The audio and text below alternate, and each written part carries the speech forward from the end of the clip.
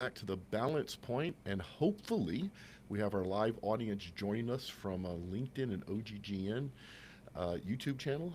In a second, once we start talking, I'm going to turn to my right and look at my other computer to see to make sure we're really there.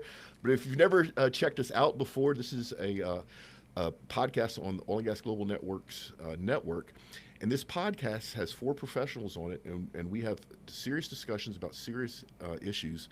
And then sometimes we just have some fun. And so don't know where this is going to go. Like I said, it's live, but real quick, I'm going to let this go around the corner. Everybody This one introduce will yourself. not be fun today, Mark. I'll have fun with it. At So least Bill, the first actually, topic.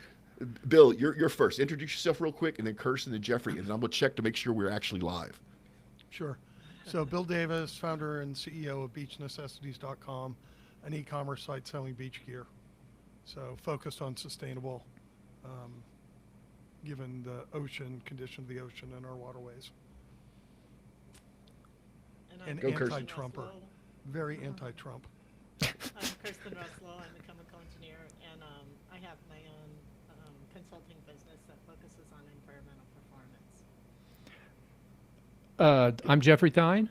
I'm a research scientist and have a small company called Engineered Salinity, as well as do various consulting works on environmental problems. And Kirsten, your volume's real low. Is this better? Oh, Yes. much better. All right, guys, we are just confirmed. We are live both on LinkedIn and on YouTube. So let's do this. And so, Bill, you said this is not going to be fun. Why is this not going to be fun? I have no thanks to give this holiday. Why, Bill? I just think we, as a country, as a nation, just took a massive step in the wrong direction.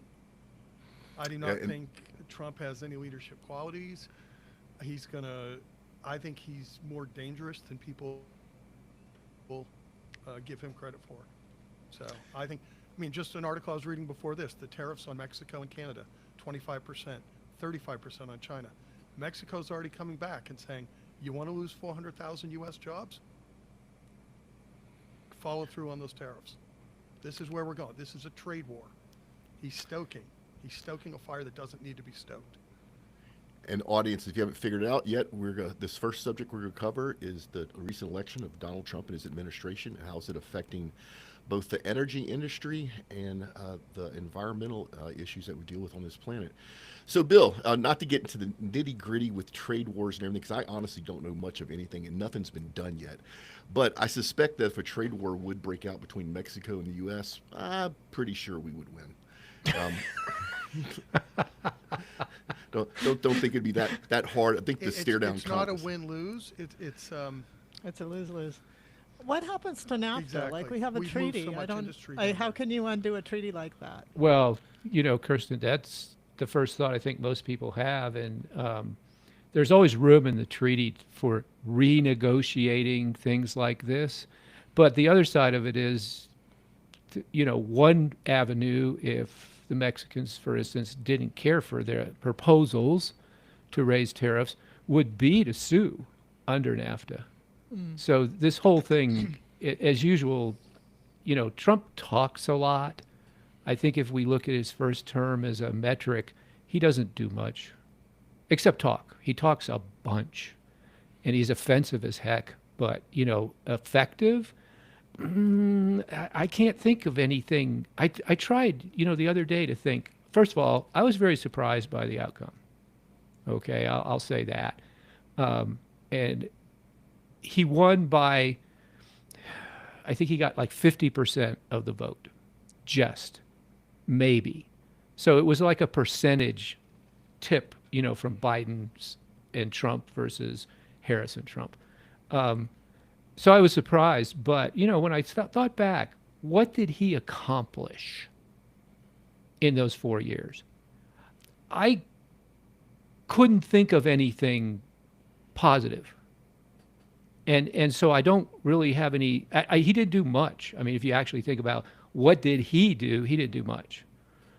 So I think he took in. credit for anything that was good, Well, of course. and then he blamed others for when things didn't go well.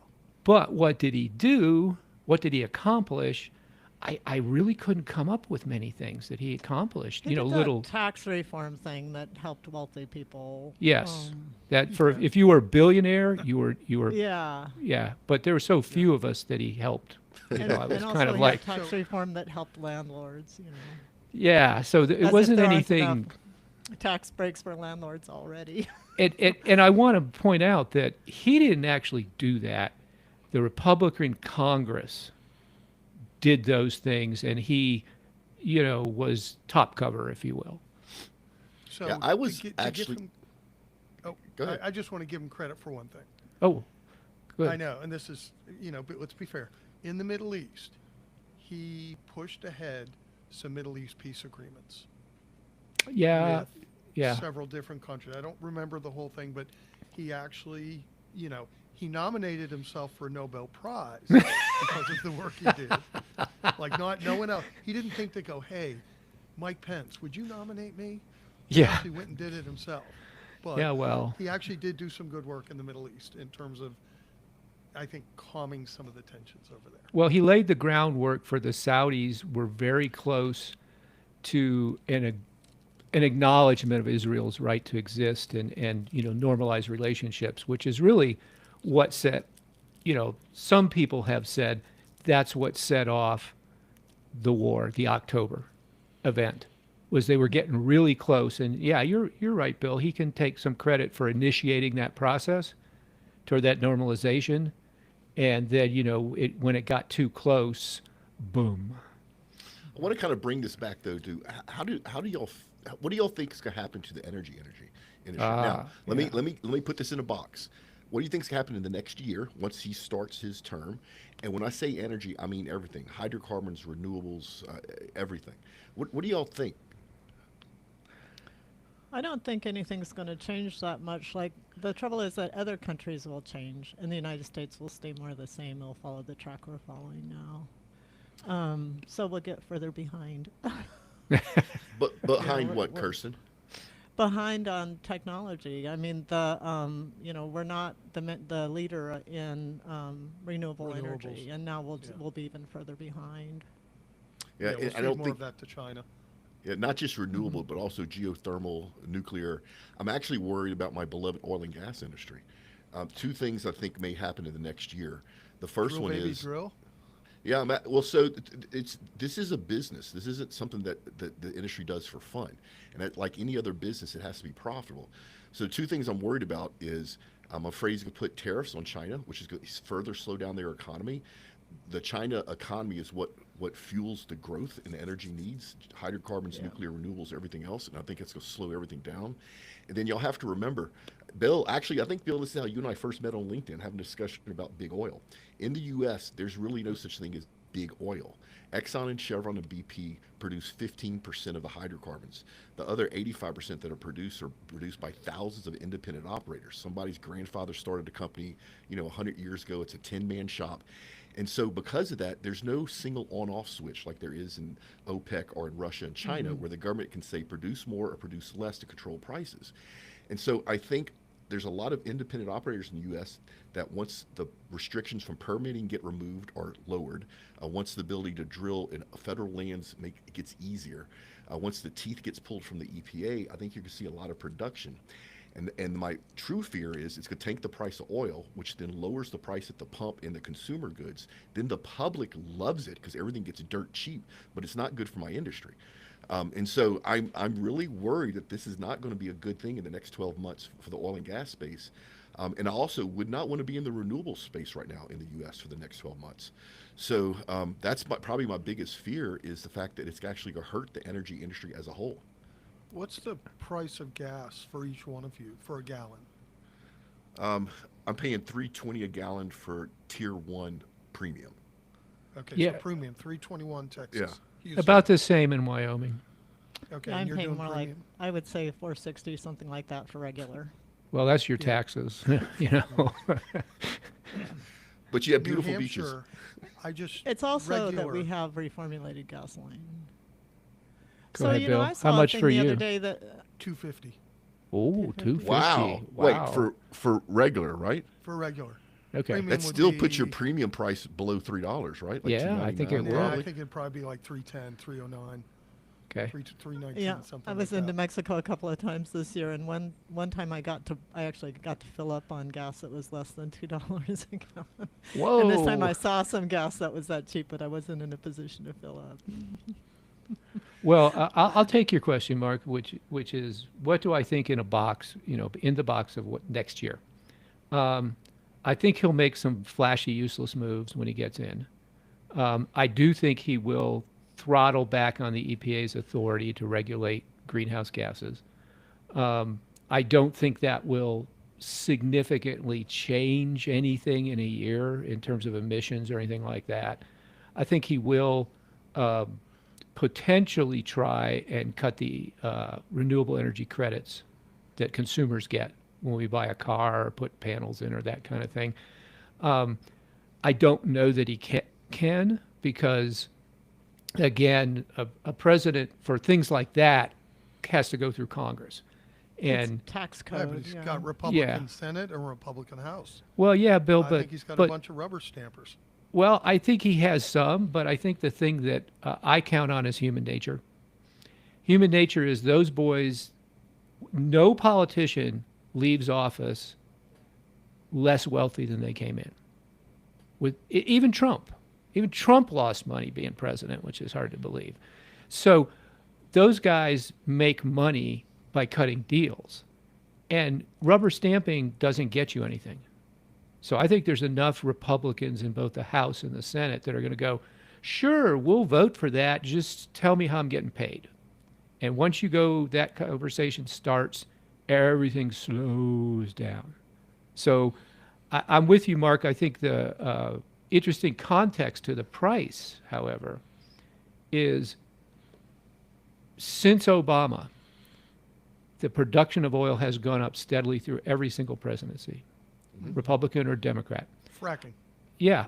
And I think that, shale oil has done that. I don't think it's going to change.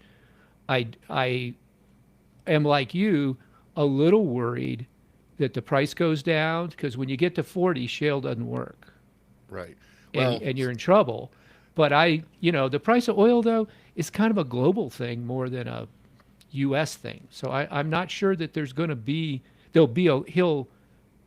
Republican administration will say a lot of things. I don't know how much actual impact it'll have. Any ongoing projects. The other big thing, of course, is they'll lift the Biden order freezing liquefied natural gas exports. And so Yeah. we'll start doing that. And that may drive up the price for Americans who are using natural gas to produce their electricity. So the But those electrical plants prices won't may go be up. ready to export for years.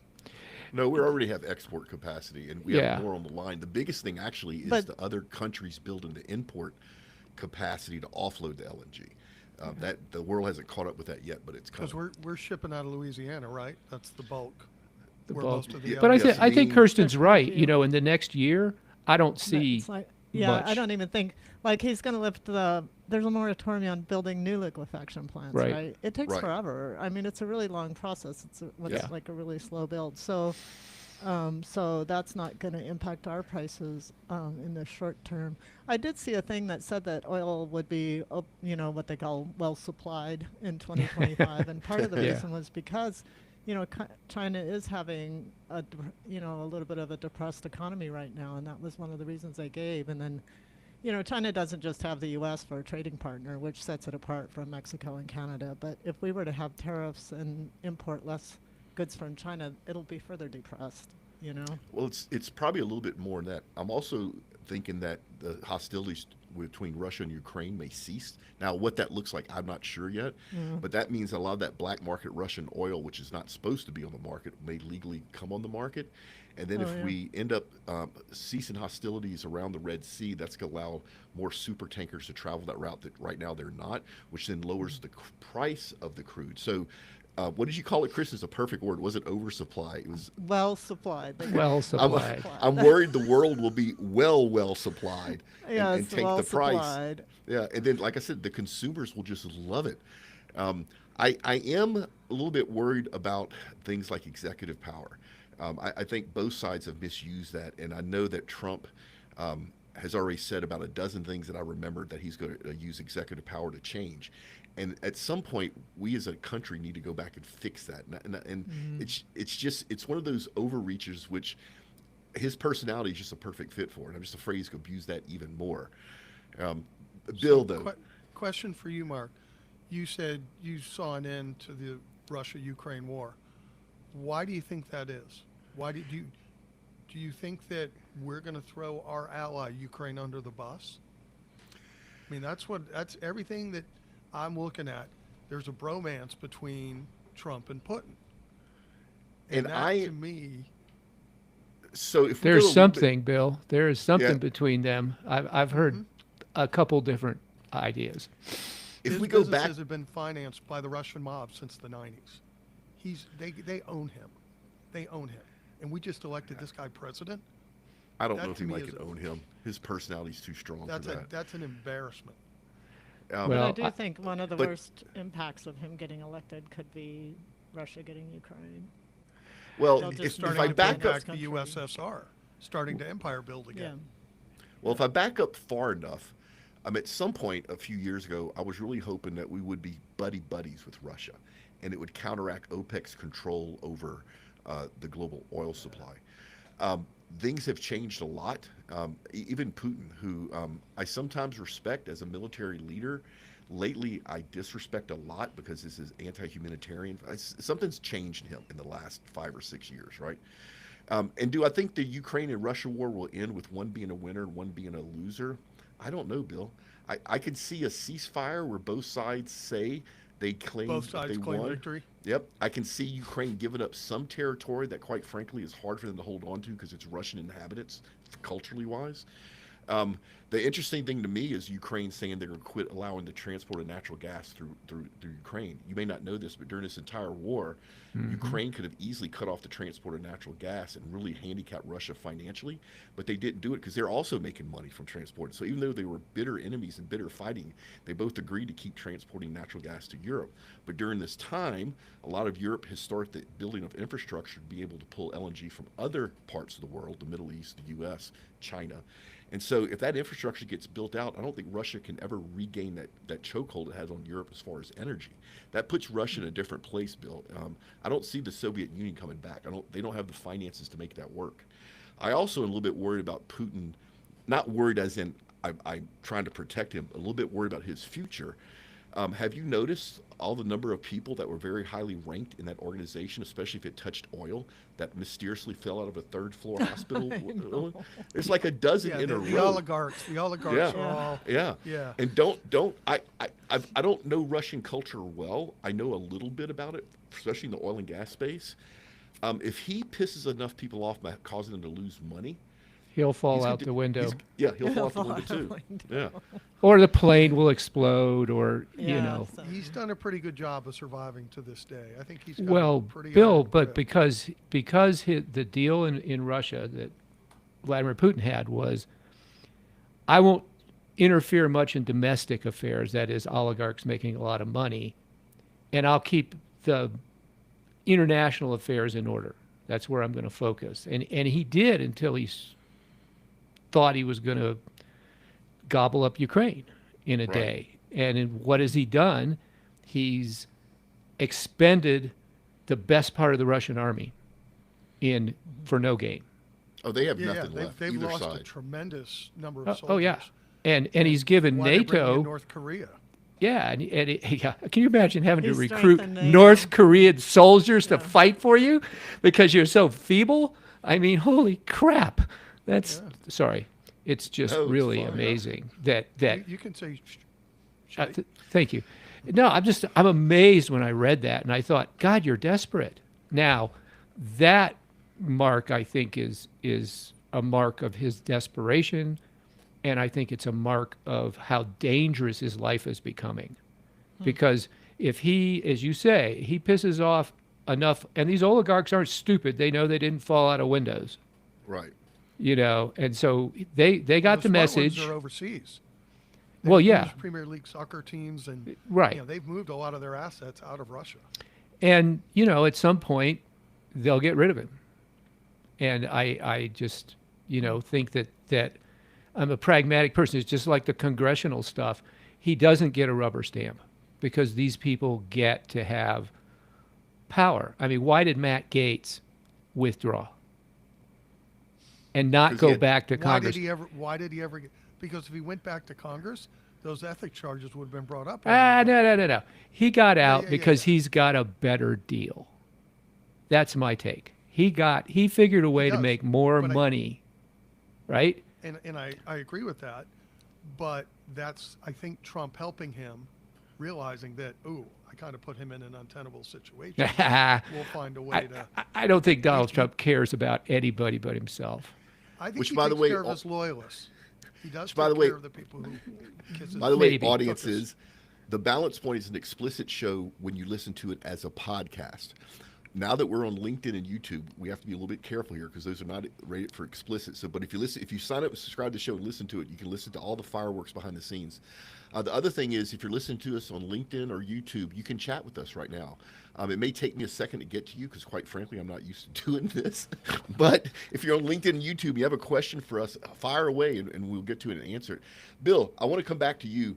So one of the things, and I don't want to infer context from an email, but when I announced that the two subjects for this month's Balance Point was going to be the Trump election and how does it affect energy, and then are hydrocarbons renewable, which, by the way, audience, that second part won't be live streamed. You'll have to go listen to it on the Balance Point. You shot me an email, and it sounded like you were pissed. I want to understand what that was. Oh, I was pissed. I can't Yeah. believe we elected that bozo. And I'm asking, so I know I asked everyone's cards on the table. Trust me, I was not a big Harris fan, but lesser of two evils in my book. So who voted for Trump?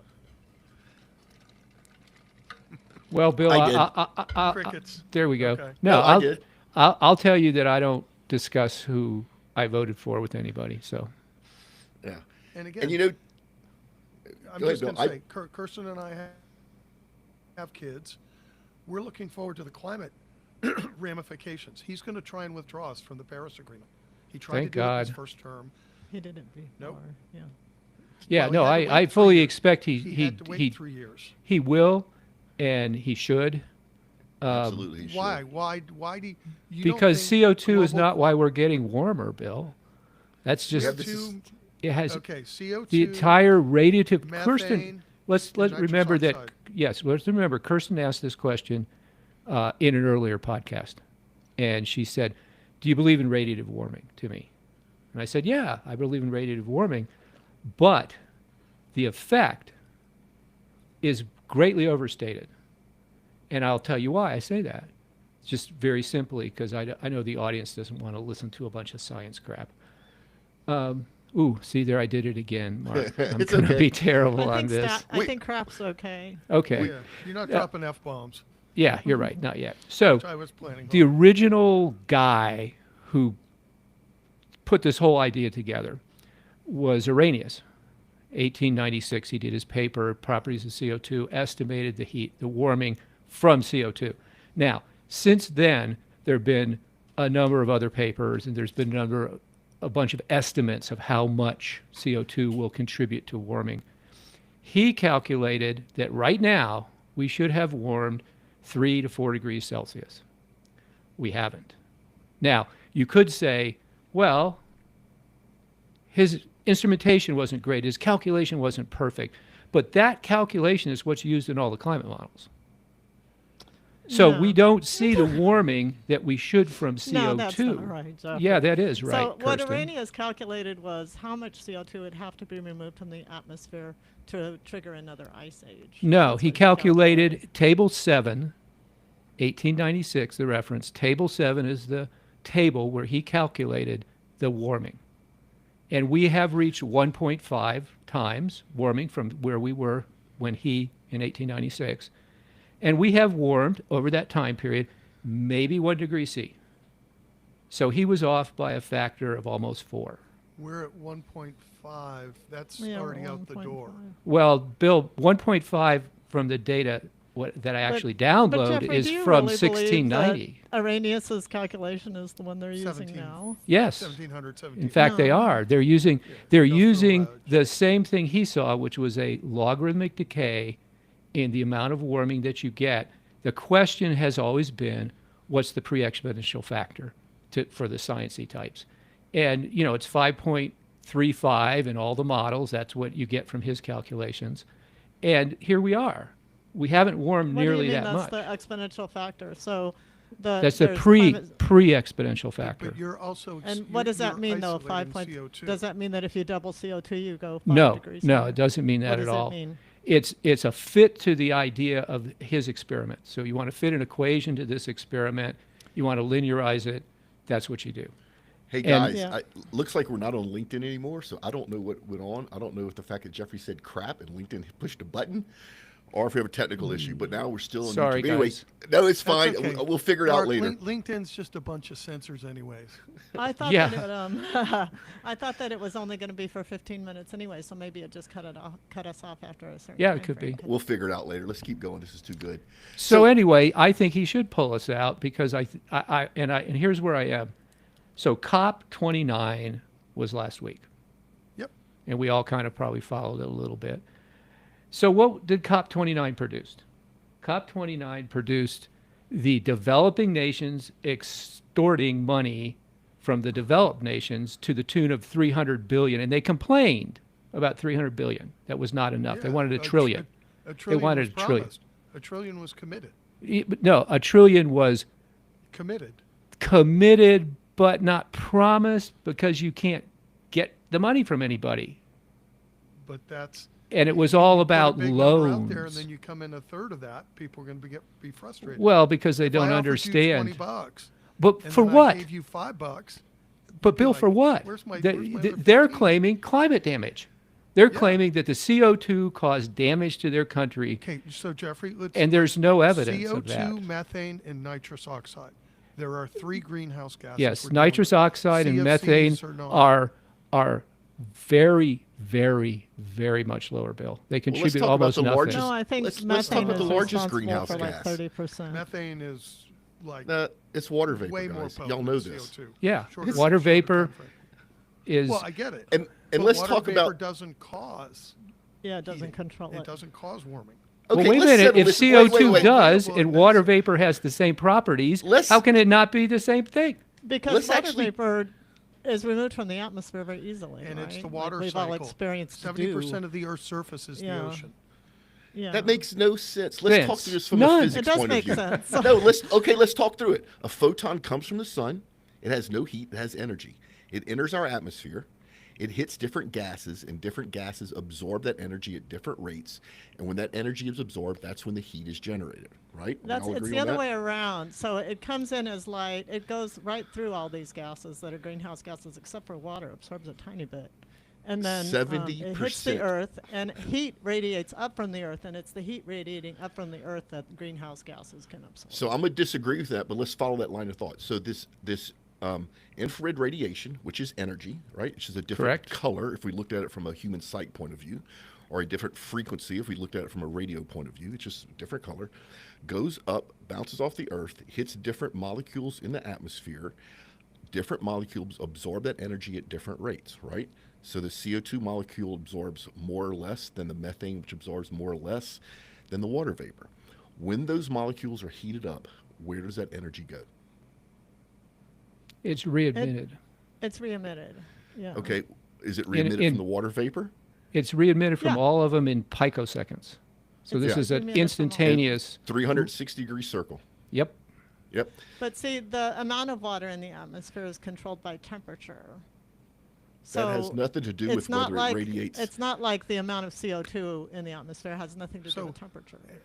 Let So me- water if the, vapor if the absorbs- temperature goes up, the concentration amount of water CO2 vapor isn't goes up. affected. Right. Yeah, Yes, so the what you're temperature saying, gets Yeah, there's- warmer, it's- the water it's vapor called a goes feed- up.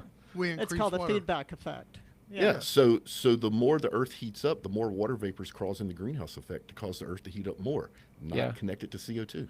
Yeah, actually, Water even va- Arrhenius understood this. I mean, when he did water- his calculations. speaking of strange calculations, I just found out yesterday the Makovic, is that how you pronounce that? The, Miliknovich. do you know he did that on paper while he was under house arrest in Russia? No computers? I did not know that. That is an amazing amount of mathematics for a single person to figure out. Anyway, back to this. So we disagree on this. To me, the science is very clear. You can look up Encyclopedia Britannica. You can go into Global the CMIP scientific files. community will tell you that water vapor is not causing the warming. Yeah, they will, That is Bill. not- They'll say lots of Of course things. they will. But They but also- the fact is So- It's con- it that is- that, it's that the actual contributing. measurements of CO2 absorption and re-radiation have not been able to be done at concentrations that are relevant to us until the last 20 years. And those measurements are not showing the effect that Arrhenius saw.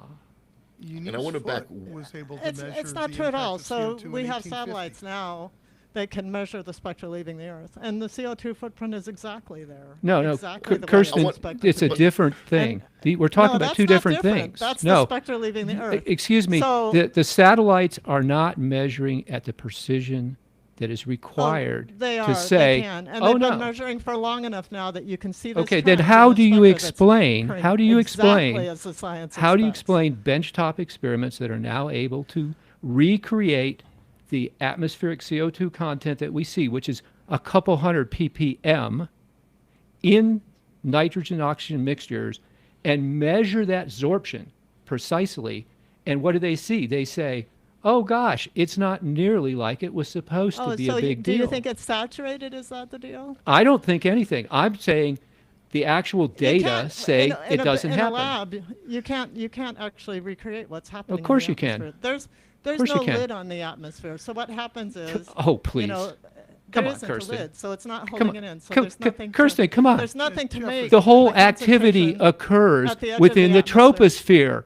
Oh no, not at all, Jeffrey. You're wrong. Actually, Oh, God. where the infrared radiation Think about it, leaves the Kirsten. Earth, Where's the CO2? It's in the it's at the troposphere. top of the atmosphere. and No, there's it's not. CO2 It's there, throughout too. the atmosphere. As you It go is. up It's in the throughout the troposphere, atmosphere. there's You're less and right. less atmosphere and You're right. CO2. There's less effect.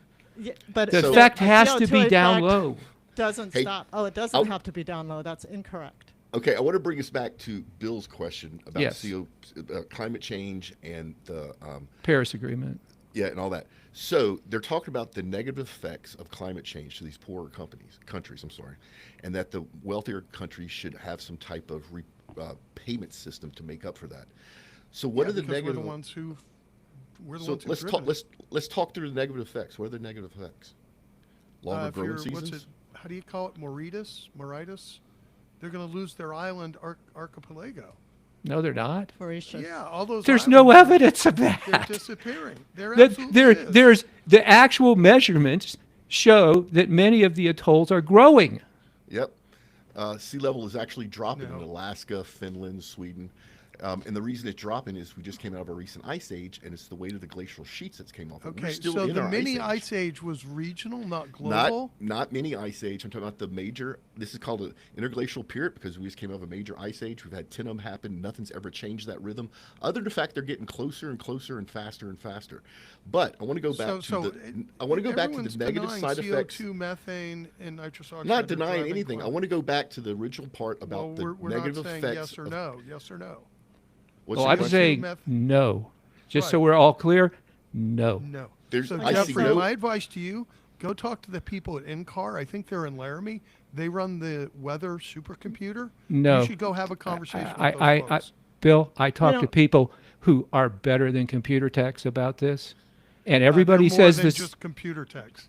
Excuse me, Well, I've actually I been don't there. understand how you could not know that climate change is hurting people already. No, We're in I for do a lot want to more talk. climate change. I do Whoa, wanna whoa, talk- It's gonna totally be even different more thing. damaging. No, Totally that's what different I thing. want to go back to that. So let's talk about what it's actually hurting. Yeah.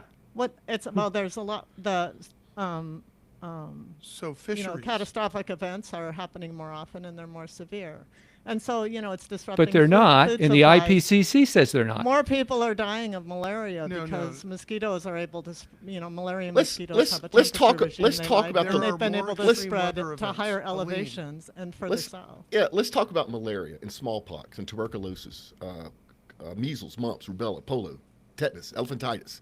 Isn't that all stuff we've kicked their butts and we've cured? Not malaria. Malaria kills a lot of people every year, Mark. So if we Yeah, had the and not in right, and not in third world countries. right? So That's if why we had the the Gates right, if we Foundation could, exists to solve these yep. So if we problems could in third take our world countries. treatments that we use now, the same thing I took when I was in the Marine Corps to keep me from getting malaria, and brought it to the third world, what would happen to malaria?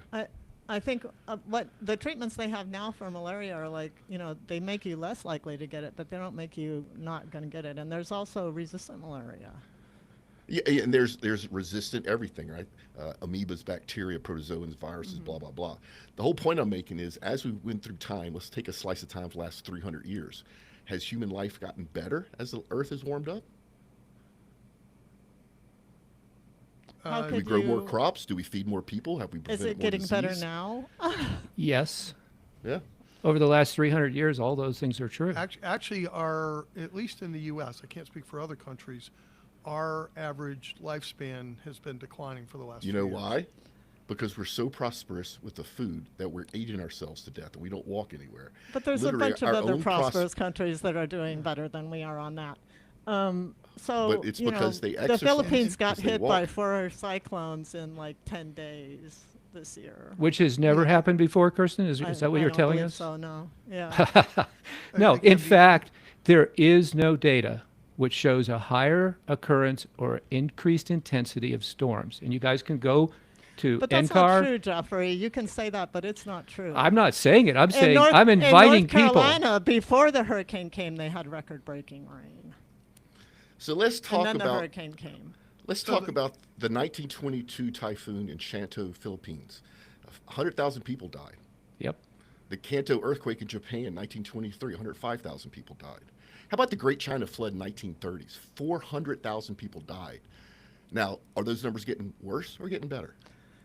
We have weather forecasts now, and we have quick ways to move around, and we have, And that will be a we can warn people that something's factor coming. going forward. AI is going to Yeah. help drive micro weather forecasts. We are getting better at forecasting. So what does that got to Yeah, do we're with? much better at You guys are forecasting. just saying we're going to That's 'cause adapt I was So- to prepared. warming better. We will. No, we will. Yes. Those other countries won't have access to it. Way not? Philippines aren't. Because of money, the Jeffrey. technologies that are What are being you talking built about? are being Just get built on here the in US. internet. They've all skipped way They don't past. have cars. They can't they're drive not, away. They're not giving it away. Can't drive Jeffrey. away. They're not Yeah. giving it away. It's going to cost. What? More accurate forecasts are going to cost. I think money. our forecasts are accurate enough now, don't you? Yep. Ask the So- people in Asheville, North Carolina that. Yeah. They would say, piss off. They were told that there was They a were not danger told. of flooding. Yes, they Okay, were danger. told, Bill. You know Danger, why? light- Because Jeffrey- 20 years ago, they had the same thing happen. No, they did didn't. not. I'm from Asheville. Okay, we have not had. You've never had a anything flood that's in severe. Asheville. Is No, that what we've you're gonna had tell me? Not minor like that. floods. That the severity of that flood was off the books. That's has not existed Wow. since human. people That's been living in interesting Asheville. because the stuff I read says no. They've Well, had stay off floods the dark before. corners of social Jeffrey, you only media, have to look at Jeffrey. the flood maps to know that this was. And that's what I looked at was the flood yeah, maps did you for look the at the U.S. flood maps? Because the flood maps for Asheville showed very little areas that were susceptible to flooding. So how about this? I think in the last 300 years, humankind's existence on this planet has gotten better because the Earth has warmed up. We can feed more people. We've conquered more diseases. We have more prosperity. Bill, where do you live? What part of the country again? It's northeast. I live in right? New Hampshire. So 4,000 feet of ice during the normal ice age versus 1.5 degree warm in Celsius. One's a little bit better than Oh other, no, don't you no, think? no. So northern New England. Well, so I can't play pond hockey anymore. That's kind of a bummer for me. But the bigger issue is that I think it's like 35% of the world relies on the ocean for their daily protein. And a warming ocean, that protein is disappearing. Now we've also overfished the crap Bill, out of it. a warming Bill, ocean. How does a warming ocean make? A warming ocean supports more life. Yeah. Disagree. 100. Dude, I live you in the can Gulf dis- of Maine. The That's Gulf fine. of Maine, there's a $500 million lobster fishery that is about to move up to Canada. Right. They're like, Because It moved. Because no, the and we've species overfished. change. We've also The overfished. overfishing We're- is an issue. We Agreed. are treating our resources like there is no. And so when you add the overfishing, our agricultural practices have damaged the soil. Would you agree with that? Not lately. We've gotten actually really good at that. I would in the challenge that. past, no, in the past, in the 20s, 30s, and 40s, we did some horrible stuff with our soils. I mean, And it we was still do. pathetic. We put We've pesticides. got The amount of pesticides that we put into our soils has that all diminished flood- greatly. No, no, But, it's that all diminished Bill, flows greatly out Bill, in a river. can I and bring that us river back to dumps it climate into the change? ocean. Because I think that was Mark's original point was Yes. over the last 300 years, it's gotten warmer. Now, historically, in human history, warmer is better than cold. I Less would say people that die, less people down get along the diseases. equator, it's People on the equator further do north. not have winter and summer. They have a season, the They have same dry season. season and wet season, actually. Correctly, yes. But I'm saying throughout history, And it's that's always changing. been warmer conditions. People grew more. The Not growing always. season was So longer. throughout The history, winter we, was we've shorter. never had heating hitting a- like this. Yes, we have, Kirsten. That's No, silly. we haven't. Come not, on. Not Now, since human could- civilization started. Not Wait a minute. Nothing not like with this, 8 billion Jeffrey. people. Not with 8 billion Yeah. people. Excuse we have me. a lot of people to feed. Not with 8 billion people. Bill, you're right. But between 1690 and 1735, the rate of warming was twice what it is today. Okay, No, we didn't that's hit a not true, billion Jeffrey. Yeah, hit a Kirsten, I'm billion. afraid that's that just, is. That's just air passing over your vocal cords. No, Okay. Kirsten, that's the No, actual it's not true, data Jeffrey. that you Absolutely not personally true. can download and do the No, analysis it's of. not true. Or it's not true. maybe you All right. can't, but So it's we not had a hard. billion Not true. people. We hit a So what did you a say? billion people in 1690 to 1800. 1720? 1735. 1735. So we had a billion people in the world in 1800. Yes. 1928, we had 2 billion. Yep. We're at Today 8 we billion have now, 8 Bill. billion. What's your point? Yeah, that's We overpopulation. are- It's not warming. I don't think that's we're also overpopulated. with climate. I think we don't have the resource. The Earth does not have the resources Sure it to does. support. No, Sure it we does. don't. Yeah, Not sure it after does. what we've been doing. But No. Sure it does. And let me tell you, Agriculture's the really been ammonia, disrupted the- in Africa from- by severe weather events like droughts and it's and also floods. increased in India where they now have 2 growing seasons instead of 1. Yeah. So let's not pick individual things that prove our points. Let's talk about the entire ecosystem as a whole. Wait, you Bill, think the climate change has been good for India? Yeah, it has been. They have two parts of India have now 2 growing cycles, 2 crop cycles. They should have 1 to feed more people. Bill, we'll hit 10 billion people, and we have able to feed all of them. The one thing I'm worried about a little bit is fresh water, but relatively quickly after we hit 10 billion people, the population is going to start to drop, and we're going to have the opposite problem very fast. The population decline is going to be almost a So straight by slope down. 2100, we're supposed to. I think it's somewhere between 10 and 11 billion. That's about right. Yeah, Give and then or it's going to take. start to drop. Okay, we think. We don't know. Well, Don't all know if everything all we've the talked about here. examples we have say that happens. And the one right now that you can talk about and see is Well, we're Japan And China. 2020. and China. No, China's no. starting. It's Japan everybody is but sub-Saharan Africa. It's the And- United States. If we and limit India. immigration, Japan's we're in how trouble. big's Japan? 100 million And even people? India. India just 80 million? recently passed that 2.3 number of children to keep the population stable. So India's Right. population has Yeah. peaked as well. Well, it's There's well states- established, right, Mark, that as Well, you we'll- educate women, the reproductive rate goes down. Yep, reproductive rate goes down, health goes up, child health goes up, actually, even though there's less babies being born. The impact of the environment goes down. If you look at the air we breathe, not the atmosphere, we're not talking about the troposphere, which CMIP5 and CMIP6 say the satellites are wrong, Kristen, which is interesting. We had that conversation later. But if you look at the air we breathe, the number of particulates in the air, that's what causes nasty stuff, is the lowest in the wealthy nations. And unfortunately, it's the highest in the poorest nations, like Africa. And the reason it's that high is they're burning wood and cattle dung for fuel. And that burning wood destroys the forest, which destroys the ecosystems. If those same people had a propane tank and could burn propane or natural gas or butane instead of destroying wood, it would be better for the environment, be better for the rainforest, be better for the people. And like I said, once we hit More 10 billion natural people, gas. So this is the view: more natural gas, more oil, more fossil fuels, and we're fine. Like no harmful yeah, impact. actually in the That- U.S. I didn't. You know, He didn't say that, Bill. We'll You, agree, you yeah. just, Bill. You just And that's gaslighted. what he's inferring. That's what he's. The U.S. Nope. is He's a not wealthy inferring. country. Ask been him. inferring the same. He's right here. Ask I him. mean, literally, The ask U.S. me. is a wealthy country, and you know when they close a coal plant, they can actually go and like measure reduced mortality following that in the houses in West nearby. Virginia, in Appalachia, exactly. And the same way with the lithium mines, right? Yeah. or How's copper that? mines. We don't really Or have copper mines. lithium mines yet. We're about to develop. Yeah, a I don't couple. think you see that, but with coal-fired power Yeah. plants, you see that, and coal's a fossil fuel. You still have particulate matter production. It hasn't dropped to zero.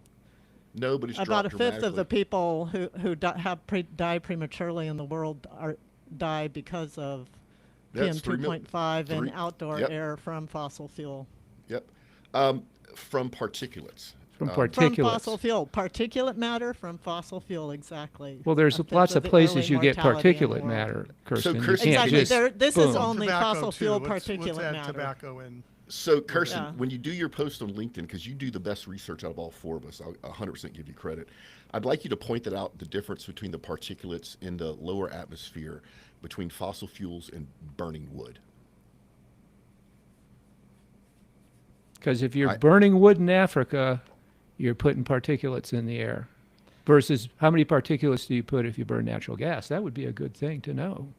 Okay, but natural gas is like 85% methane, and methane is a much stronger greenhouse gas than CO2 over the short term. Which is why you Over a burn 10-year it, period, Bill. it's like If you burn it, it turns No, to it's more CO2. powerful. No, it turns Okay, to and then CO2. It isn't super CO2, it's just CO2. CO2 is a lasting. That's the lasts from anywhere from 300 to 1,000 years in the atmosphere. No, incorrect again. Yeah. You're going to say 10 years. Way off. No, what I'm going to tell you, Bill, is if you're talking about a molecule of CO2, it could bounce around up there that long if you could track it. But on the whole, you can look it up yourself if you prefer. I've already looked it up. I know what the global scientific community. will No, do. you sent me the I reference. know That what wasn't the carbon global dioxide is doing. scientific community. That was a science And- writer. And did you check out the science No. writer? Does he have any NASA, that is scientific MIT. qualifications? Yes. Bill, you sent me the reference. I looked at it. I did the courtesy to read it. And I checked out the guy who wrote it. The guy who wrote it has no scientific background.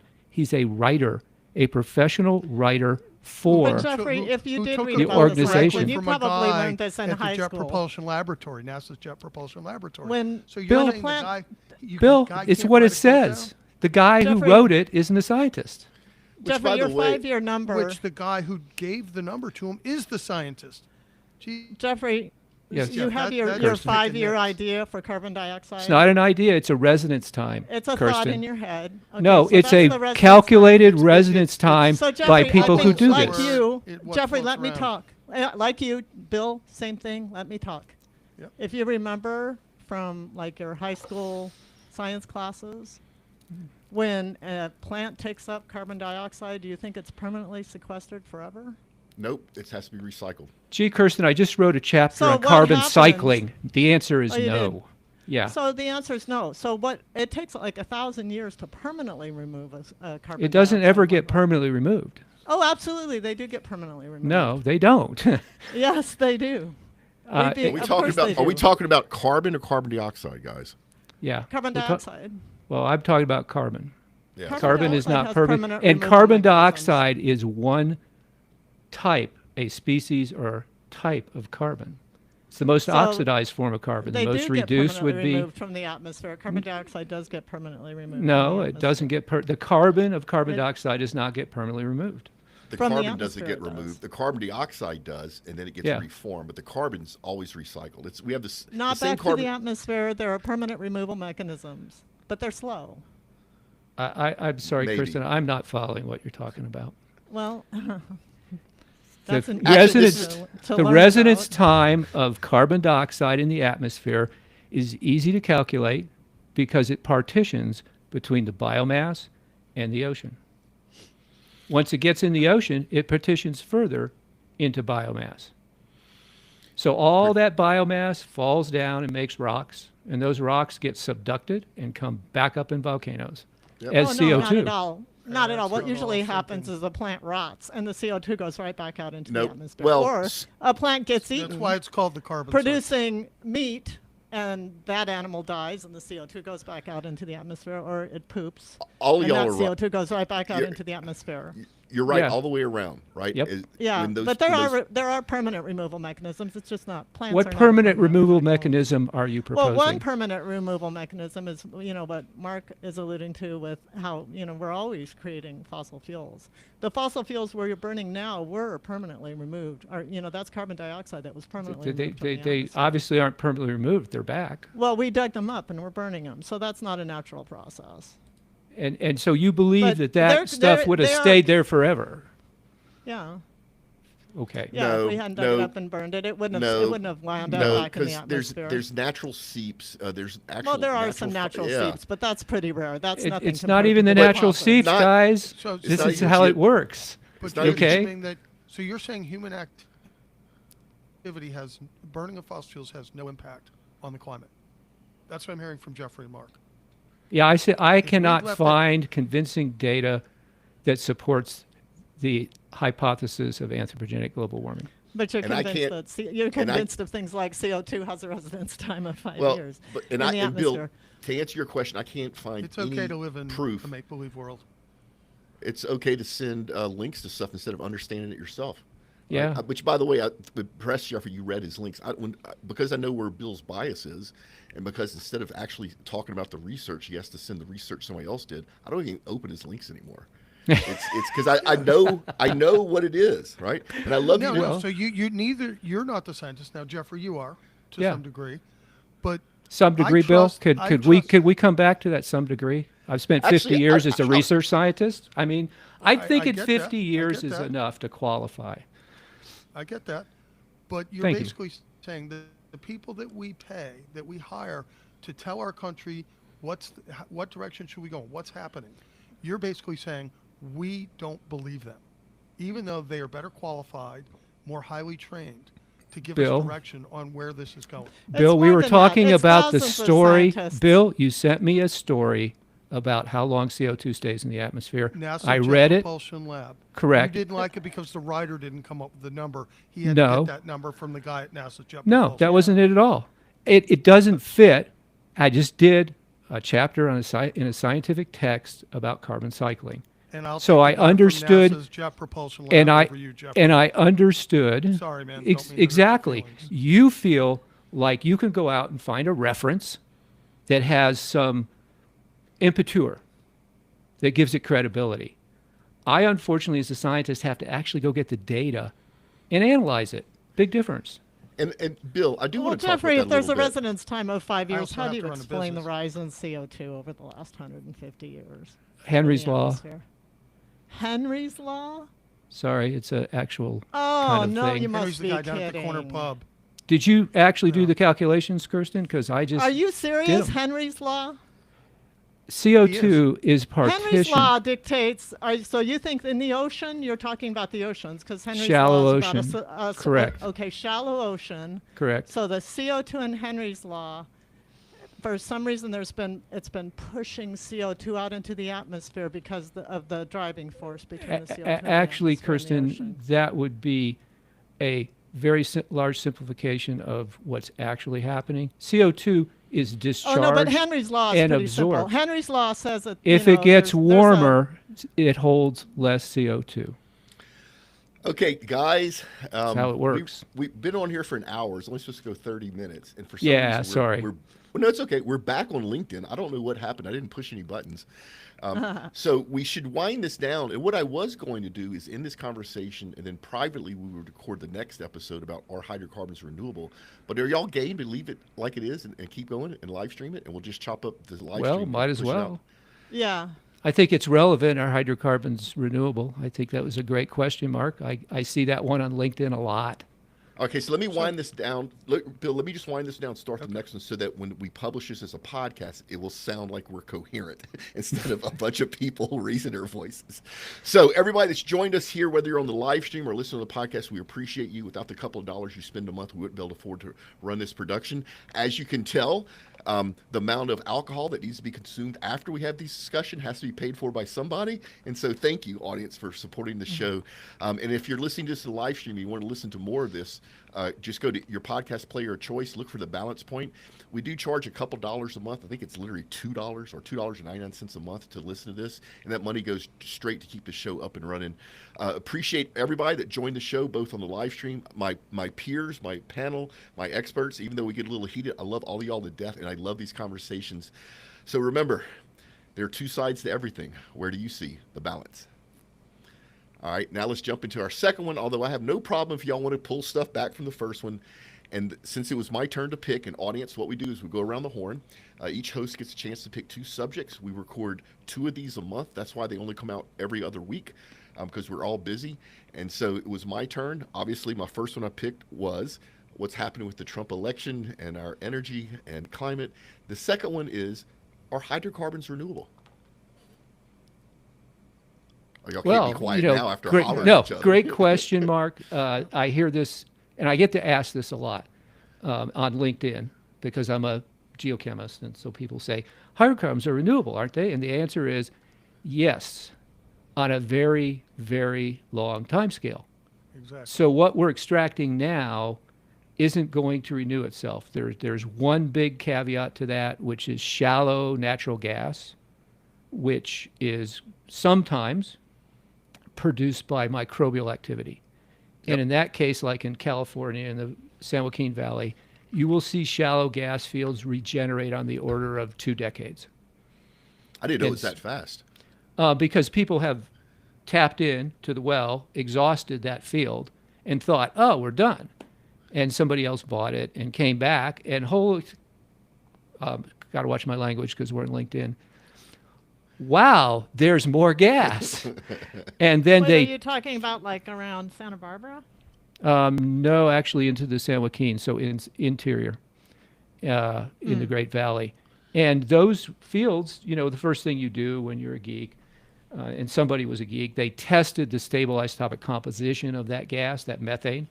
Right. And it has a very unique composition compared to methane that's generated along with oil by taking that organic carbon bearing and heating it. And so I just want to make sure I understand the geoscience behind this. And I know that the time frame's different, and depending on how long you heat it and how much pressure, you get a different end product. But basically, it's about 1 million years for those glucose That's pretty molecules. fast. So it's a bit more Actually, than that, you think? Yeah, it is. And your point is, it depends on the time and temperature. This is Right. Lopatin, a Russian guy. He called it the TTI index, time temperature index. So it has to cook a while, and then what it makes is dependent on the stuff it was cooking.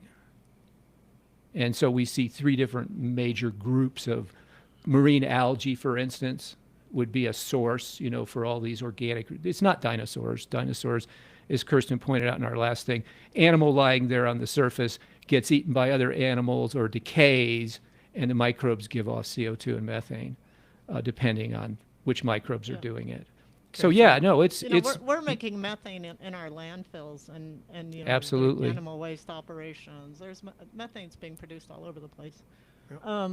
Methane is a But, common byproduct but of these microbes chewing things up, chewing up the The organic methane- matter. Yeah, the methane we extract and the oil and coal that we extract is older than 1 million years old. Generally, yes, quite a bit. And so, Mark, back to your point, 10 million years is probably enough if you this has a lot to do with how deep you bury it. The deeper you bury Right. it, the hotter it gets. And so if you get it down fast and deep, a couple million years could do it in terms of creating large amounts. So, let Kirsten, me- I'd love your input on this because I know you have you're a chemist. So I'd love your take on this. Are hydrocarbons renewable? I think it's true that we're still making them, but we're using them faster than we're making them. We're That's the tapping, general consensus. We're tapping deposits that were formed hundreds of millions of years Right. ago over a span of hundreds of millions of years. And also, like, some of those deposits were formed when there were mass extinction events. And we're not going to have that kind of die-off to form those layers to tap into, hopefully, I hope not. ever again. We're going to right? be the beer can layer. Okay.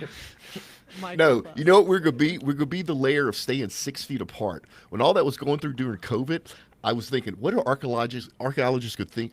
10,000 years from now, they dig all this stuff, and there's these lines in the grocery store where everybody's staying 6 feet apart.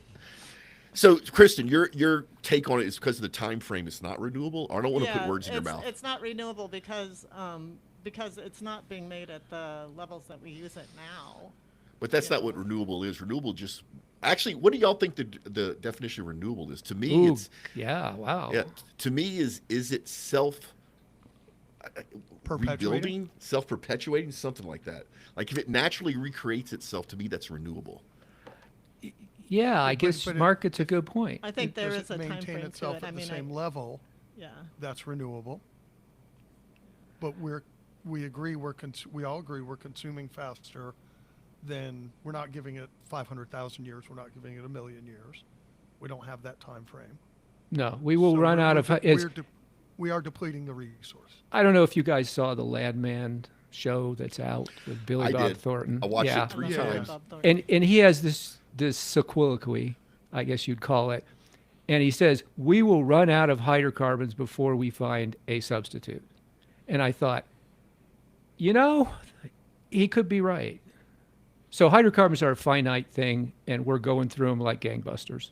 We have a substitute. We have substitutes. Yeah, we already found a substitute. Well, I we hope we're not haven't citing been able something to in a movie deploy as them a at good scale, source of Bill. Scientific information. Again, So- I- so I Bill- can't tell you that the oil industry has been, putting up roadblocks for that to happen. No, they haven't. It's actually they just the absolutely opposite. have. No, Do no, you know no. how, Bill? A One solar- a single solar windmill. co- One single solar windmill company used spun out of 10,000. Go ahead. Go ahead. Solar company spun out of MIT in the late 80s. BP came in and bought them and said, hey, we're going to sit on this. We're going to figure out how to make this work, and we're going to take it out to market and scale it. 5 years later, they shut them down. That's Well- what big companies do when competition rears its head. Well, they make acquisitions. They learn about it. Oh, They Bill, shut them down. They big do it all the companies time. do that because the bottom line was they figured they couldn't make money. Well, Bill, Well, the other point. 5 that years is- is a long time. But If fossil beep- fuel also did the same thing the cigarette manufacturers did, right? Like they paid for misinformation to be put out so that people would doubt the science. Well, but And they So do that Kirsten- now for climate. Yeah, but Kirsten, do They- you think that only happens they're from big paying. oil?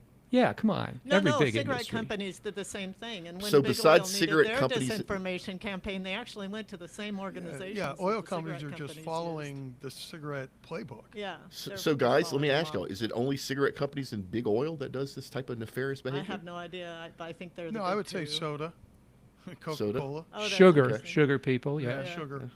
I Cocaine, mean, again, I don't know so though. Do part you of really this have to is do that for marketing. sugar because people want to eat sugar so pharmacies, bad? Okay, but pharmacology. This is marketing to some Right. degree, right? It is, absolutely. So that's and every and the advertising. guys- I don't think Advertising's sugar a great has a industry. campaign to discredit the science. I think that's what puts tobacco and climate in the same boat. So, Bill, before we go too far down these other rabbit holes, your opinion: are hydrocarbons renewable?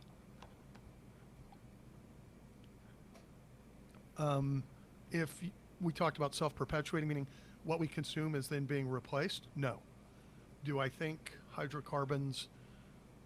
Yeah, so the research I've done suggests that oil and natural gas, known deposits, so not, there's a lot of stuff out there we don't know, could be consumed by close to 2100. Coal would take it out into like 2125 or 2150. And Yeah, I well- think the industry acknowledges that we're consuming at a rate faster than we can replace them. So how do How? we find, as Billy Bob would say, what's our substitute? Yeah. So, I've had this conversation with people before, and remember, hydrocarbons come in two basic flavors: organic hydrocarbons, which is what we're discussing here, and inorganic hydrocarbons. And I don't want to get into the physics of hydrogen's most abundant element in the universe, blah blah blah. However, the time frame comes up a lot. Does anybody know how long it takes the sun to make a photon? No. Or I don't. I think that the point is that we're using fossil fuels faster than they would be made. Right? The point I'd so like to stick to is we're not using solar power faster. I'm actually tweaked by or wind. the you know. question or the thing you asked about what does renewable mean? Yeah. Because Yeah. I'm sitting here thinking, you know, the attraction to renewable is obvious, right? It's renewable. You don't have to worry about running out. You're going to have a continuous supply. You're going to be safe. It's clean. It's It's better. The sun comes up every day. Yeah, the clean part The ocean, is the a little tides. further. Yeah, tide. Okay, there you go. Tides are Well, good. And again, we might have to transition using dirty to get to clean. Well, but I'm okay with renewable is I don't is think we can get to solar without oil. is solar renewable then? Because when that Sun solar comes up every panel's day. done, I'm got to get a new one. Yep. Right.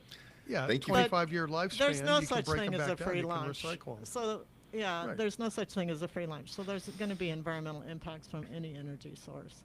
You know, Yep. the I point agree. is you want to go with the thing that has the least. And that's the how do one- we calculate the least then? Well, you look there's- at the life cycle. Yeah, there's know, two it makes a plus big million difference that- abandoned that, oil wells in the U.S. Well, Yeah. no, It I'm makes- asking. that are just degrading. I'm asking, how do our you environment. calculate this?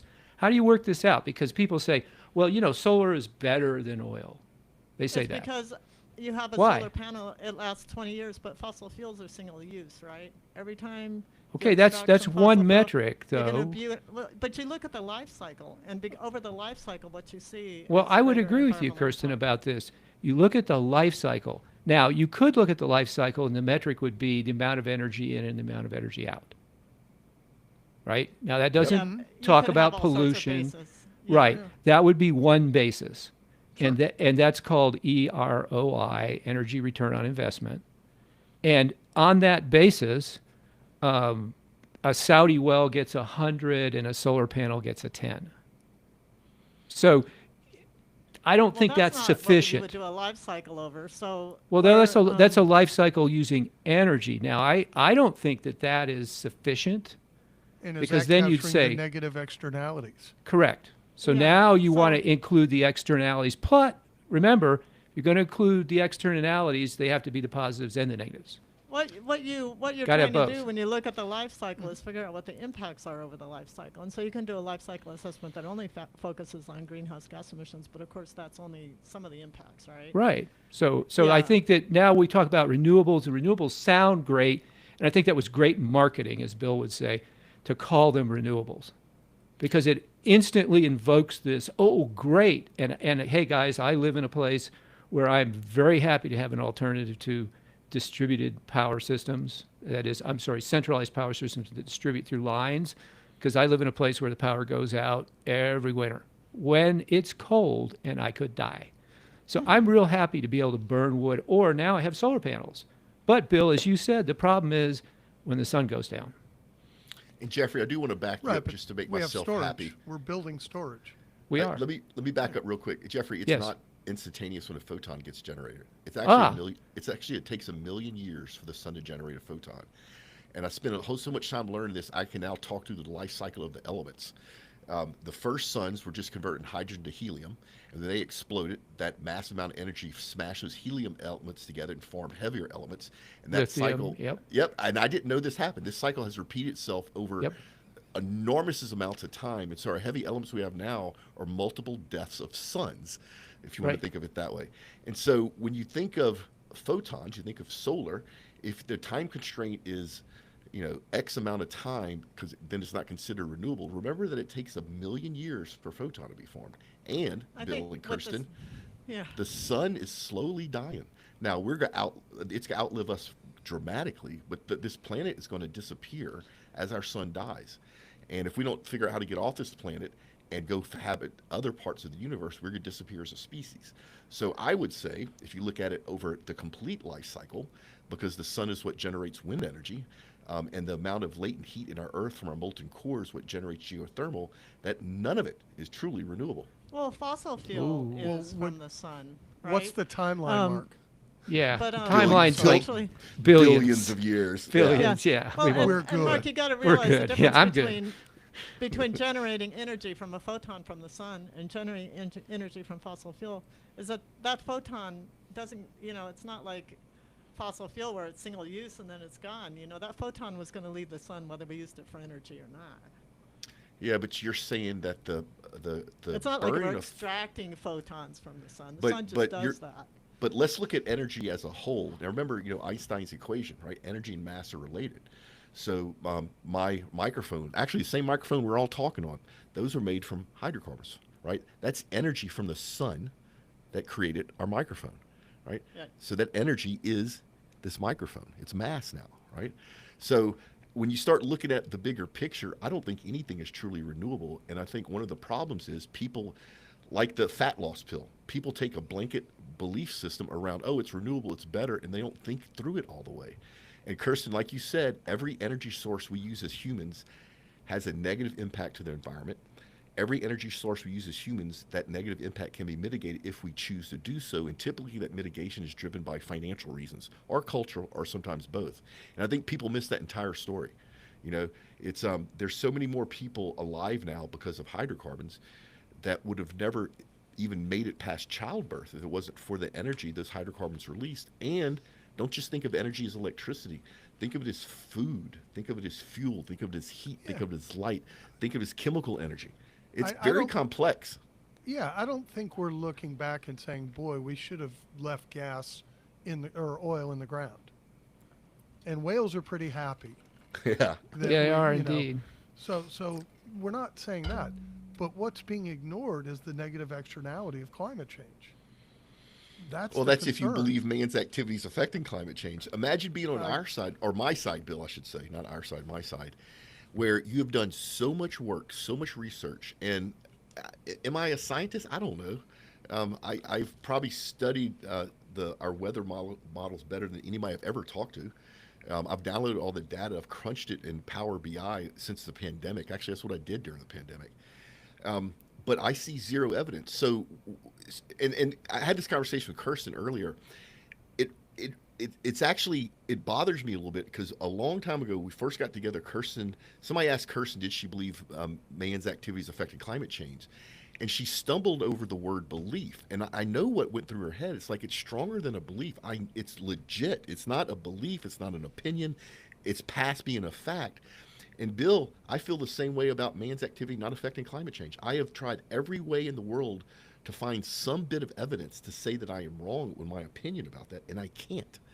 So just remember, there's people that think differently than you. It doesn't make them better or worse. They just think But differently. Mark, I think if you hadn't been in fossil fuel, maybe you'd be able to see the evidence. And I Maybe. think Exactly. That's something we should I think talk about. this is how you make your money. Yeah. Yeah. Well, actually, I don't. I run a podcast but network I in the think oil and gas you space. touched on something that I don't know that we've ever talked Right. about, and that's that Favoring- that it's no dishonor to have been involved in the energy industry. When as in the fossil fuel part of the energy industry, there's been so much creative work done. I mean, the ingenuity that it took to get us to use the fossil fuels. I don't think that there's no dishonor. I don't think that you should feel like, now we're evil because we work in fossil fuel. It's not the case. Bill, did you feel? I'll leave it that. Mark, did you feel dishonored? I feel He dishonored all the started time. to say that. Yeah, but Yeah. about fossil fuels working in. No, I'm extremely proud of what I do. In fact, I'm so Okay. proud of what I do Yeah. that my girlfriend gets mad at me for the amount of money we donate to try to help others, right? Well, Yeah. I was going to point out that way back before I knew Bill, we exchanged some messages on LinkedIn, and that was one of the things he said was, basically, you're totally biased and you've been this kind of bad guy because you work for fossil fuels, and I didn't take it seriously, and it wasn't anything we pursued, but I do see that as a common theme, that when you come out like I do and say, hey, I am not pro fossil fuel, but I don't see global warming as coming from CO2, people come back and they push on you and they do what Kirsten's saying, which is you're not honorable, you don't have kids you care about, and things like that. And I find that kind of interesting that somehow, and I'll remind you guys, having worked both sides, fossil fuels pay better, period. They get the best people they can Than because they pay academia. more. Oh, than anything, Yeah. Bill. Than Hey, anything. It's the Jeffrey, largest Jeffrey, industry in Jeffrey, the and Bill, world. real quick. Bill, you opened up some tabs. I'm getting a notification that it's getting ready to kick you off. So whatever you opened, extra tab, close it, please. I All right, don't go have back to anything. it. No, it's not Uh, you. It's just Bill. It just gave me okay. notice that Bill did it. Yeah. So I will say, first of all, So I didn't know. Okay, I didn't know. if fossil any extra fuels tabs pays a was lot better. Chrome. I'm a research scientist, so I have been hired by all kinds of people in my career. In 50 years, oh my God. I had to make a list one time. I couldn't believe how many people paid me on both sides. Any environmental problem you want to talk about. And, so what I see is people in the fossil fuel industry, technical people, are good technical people. And they may have different opinions. And I have colleagues with totally different opinions about climate, for instance. What you guys talk about a lot is the PR people. That's who writes the story that Bill sent me. That's who writes a lot of the stuff that I hear people quote. And the PR people Jeffrey, are I the know same the on PR both people. sides. Well, Kirsten, some of the articles that you have sent me before are very technical, Jeffrey, and I applaud yeah. that. But I have I seen usually you send say you scientific things literature. that could only come from that PR, because let's face No, it, that's guys, just communication, Jeffrey. well, perhaps, but the That's climate just industry, communication. When you sit there and say, you sound like a PR machine for fossil fuel. well, I'm Exactly. We're sorry. not Thank sending you. any scientific that- literature that backs Like you the up. fact that you guys Excuse me, don't That's Kirsten. bizarre. Let me stop you right there. You posted things on LinkedIn. I am the only person here who has gone and replied to your posts, your technical posts, on the Balance Point podcast, everybody. That's where you can see it. It's on LinkedIn. We have our own site. Yeah, but And what I did is I took Kirsten's stuff and I put it up, and then I replied to it with technical articles saying, no, that's not right. Well, you got to go on come on, guys, you got to get on our site. I don't know why I didn't get notified. Okay. I'm bad too for not putting stuff up there, and I'll try to do a better job. Go ahead, Bill. I know you've been dying to so say my something. question is though, is that the world outside of the oil and gas industry, and I will even say, even Woods, the CEO of ExxonMobil, said once Trump got elected, he goes, I don't think we need to withdraw from the Paris Agreement. Now again, it You could just be don't- that he gets to play White Knight right now. He's not the Yeah. Dark Knight because Trump will be the Dark Knight. Fair. But again, if you don't see that human activities are creating climate change, yes, I have a massive issue with that. And if you're in the industry, I think you're wearing your blinders. I've worked with people in the oil and gas industry. You go out, you have a few beers with them, one by one, they will all acknowledge it. The more liquor you ply them with. Bill, let's talk For about that, Bill, let's talk about that for a second, because that's always bothered me. If Yeah. I don't want to misquote you, but if I understand correctly, you worked for a company that was doing PR and marketing for oil and gas. we Have you did ever consulting work for the oil and gas industry. have you How to been help to a them well? manage their community relations more effectively. Okay. Because they were getting hammered and then, well, they've always been getting hammered. Yeah, It's just- and I'm not making fun of you. Have you ever been to a well site? yes. Okay, good. Have you been to a I pipeline? worked out of Dallas for a software company. We had an oil and gas, what do you call it, industrial segment. So yes. But have I you been to Yes, where I've they're been to actually wells. drilling a well? Yeah. I've seen them in California too. Although the wells in California, they weren't drilling. Those So are the ones that are already in production. you've seen wells that are producing. Have you actually seen them Yes. build an oil well? Okay, Yes. I didn't know that. I've driven through the Permian.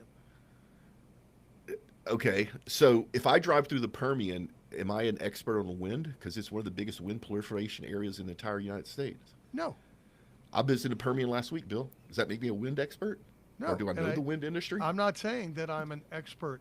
What I'm saying is I rely on people whose scientific knowledge is far greater than mine about what burning fossil fuels is doing. And I trust those people. And when all of a sudden you keep doing the research, and the answers keep adding up to the same thing, there's a problem. And I think people in the oil and gas industry are blind because money makes us do things that we would not otherwise do. But Bill, I don't get paid by oil and gas. You're Me neither, perpetuating- actually. Okay. Well, I you do. do, Mark. I- no, you get I- flown I- over. You get flown over to the Middle East. That's oil and gas You get- money you paying get- you. so- I certain oil and I gas don't get subsidy flown companies. anywhere. So you Trust are- me, my wife would tell me, if I was making money from oil and gas because it would be a lot bigger check. So if you think, so Bill, you are right. I didn't think about it that way. I do get paid to speak often by companies in the oil and gas space. So you're right. I do get paid by the oil and gas industry. I never thought about that way. I was just thinking of the podcast business. Yeah. And I just want to be clear and honest to the audience. I do get paid at and times. who are your advertisers? Do you have advertisers, Mark? We have sponsors, but they're Sponsors. almost So never. who are those sponsors? They tend to be tech companies: Amazon, IBM, Hewlett Packard, Caterpillar. We just picked up Cognite out of Norway. We just picked up last week. So our sponsors tend to be companies that want to sell into the oil and gas space.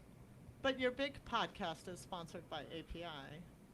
It was. Now it's sponsored by Cognite. Yeah, actually, I just let the cat out of the bag. I wasn't supposed to do that until the first week of December. Whoops. So anyway,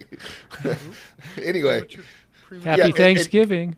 in Kirsten, I'm actually a member. I'm the director of public relations for the API Houston chapter. So I am plugged into the political and what's the word I'm looking for? The political and the Political standards. is good. Well, in the standards, API does two big things. They're a political Right. lobby group, but they also set the standards. So if you go offshore Yeah, and wash your hands in a bathroom, that soap probably meets some API standard. Yep. Yeah. Yeah, they do a lot of important work around safety standards and stuff like that too. They're an interesting organization. And I don't care if they hear this or not. Not a big fan of theirs, actually. It needs Me to either. change. Yeah. And in my local group, now let me just tell you the truth. I'm 59 years old, and my local board calls me the kid. Can you imagine how old? Can you imagine how old these people are? Oh yeah. Can I ever? Yeah.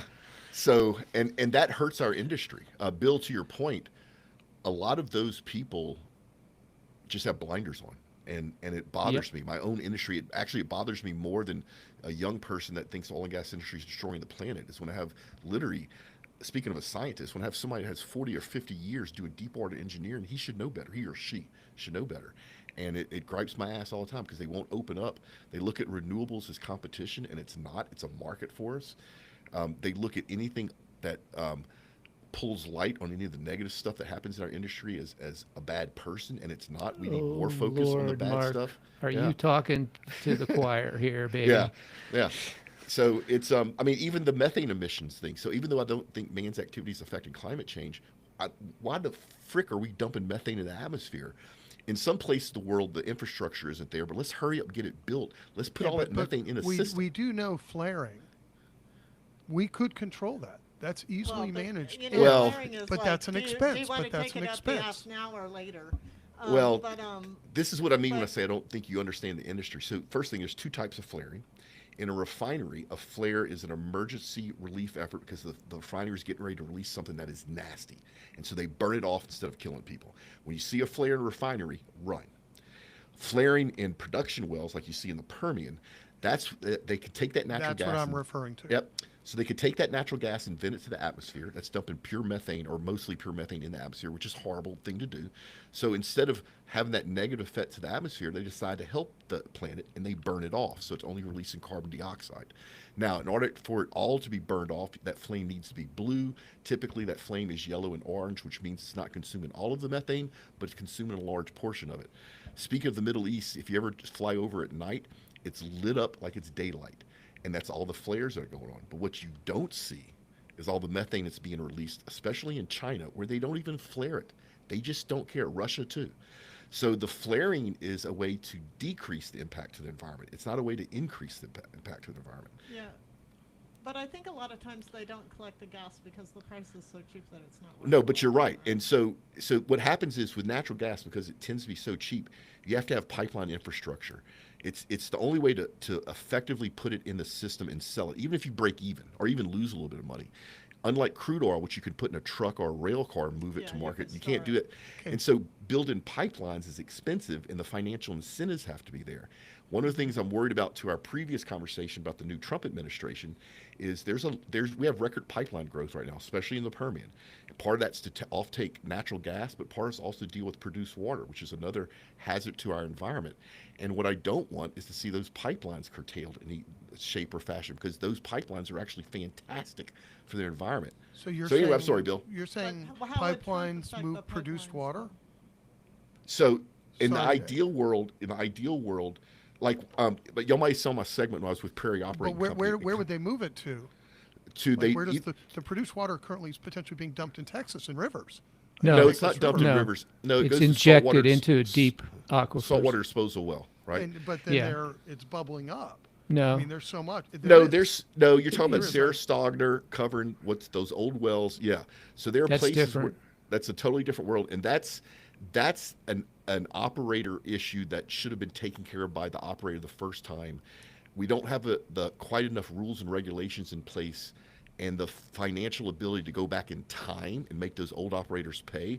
So at a certain point, about the 1970s, moving toward now, when you operate in the U.S., you have to put up some type of financial security. It's usually a bond. So even if you go out of business, the money's there to decommission that well and to plug and abandon that well. I get it, but we still have over 2+ million abandoned, just Yep. abandoned wells in the U.S. Yep. Who's going to clean that mess up? The State and government, federal government. us, we're going to industry pay data? for it. No, we're Yep. going to pay for it. Now, Bill, though, this is So one of the I have a things. problem with that. Yeah, Well, I let do me- too, but Wipe your I'd own rather. backside. Well, Bill, I'll make 2 points there to that. One is, absolutely, I have a problem with that. It's worse than you're thinking it is. It really is. I'll tell you Yeah. that now. No, It's no. worse than you think it is because they can't even find a lot of those wells. Right. That's a problem. The second thing though is you can't I'm way more familiar than I want to be with this. What you try and do is institute lawsuits to make the company, and that's what Sarah's doing. So we'll put in a plug for Sarah, to go back and fix the well properly. Yep. It is a long and painful process because the oil companies have this view that anything that Mark alluded to, especially the older guys, anything you say that points out a negative activity or outcome of their activities makes you a bad person. You're the problem, not them. I call it the California syndrome. Is the person who points out the problem is the problem, not the person who caused the problem. Now, that's not right. And there needs to be something done about it. However, there is a good side to this.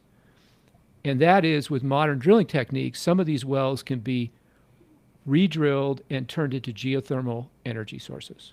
Yep. And that's a big push right now to see how far we get with that. And it's even bigger than that because the money from that low temperature geothermal then makes the financial incentive to fix that well, which that's Correct. the problem with those wells. There's no financial incentive to fix them, especially the Right. old wells. But Bill, you spoke about blinders earlier, and this is a good time for me to bring this up. On one of my LinkedIn posts, I don't want to put words in your mouth. You said something to the effect of the oil and gas I industry. don't know what my posts on LinkedIn are. I don't have access anymore. Well, that's a different Again? different story. Again, wow. His picture's up in the wall in Microsoft somewhere. I swear. But it's but you said something to the effect of, hey, the oil and gas industry needs to learn to wipe its backside. Can we talk specifically? Because I think you're talking about wells, but I don't want to put Oh, words in your Lord. mouth. Yeah, I think cleaning up after yourself. Like, Okay. you don't just abandon a well. You don't just walk away from it and go, we're good. But the financial incentive is to do that. Okay, If you can so get let me away with let it, me. because there's no. And I Wait, hold think up, what's Jeffrey. it? The Yeah, Texas okay. Railroad Commission. Is Yeah, that the don't one ask who? me. Yeah, it's it. Exactly, the Texas Railroad Commission, who regulates the oil and gas industry. Like, those guys No, are just taking no, a hall they- pass. They're sliding money back and forth between. No, each other. they're not. The Yes, name they is just are. no. The name is just antique. It should be I- called something else, but they do as good a job as they can with their limited budget. But here's where I talk about blinders, Bill. You and I had this discussion about microglass and microplastics.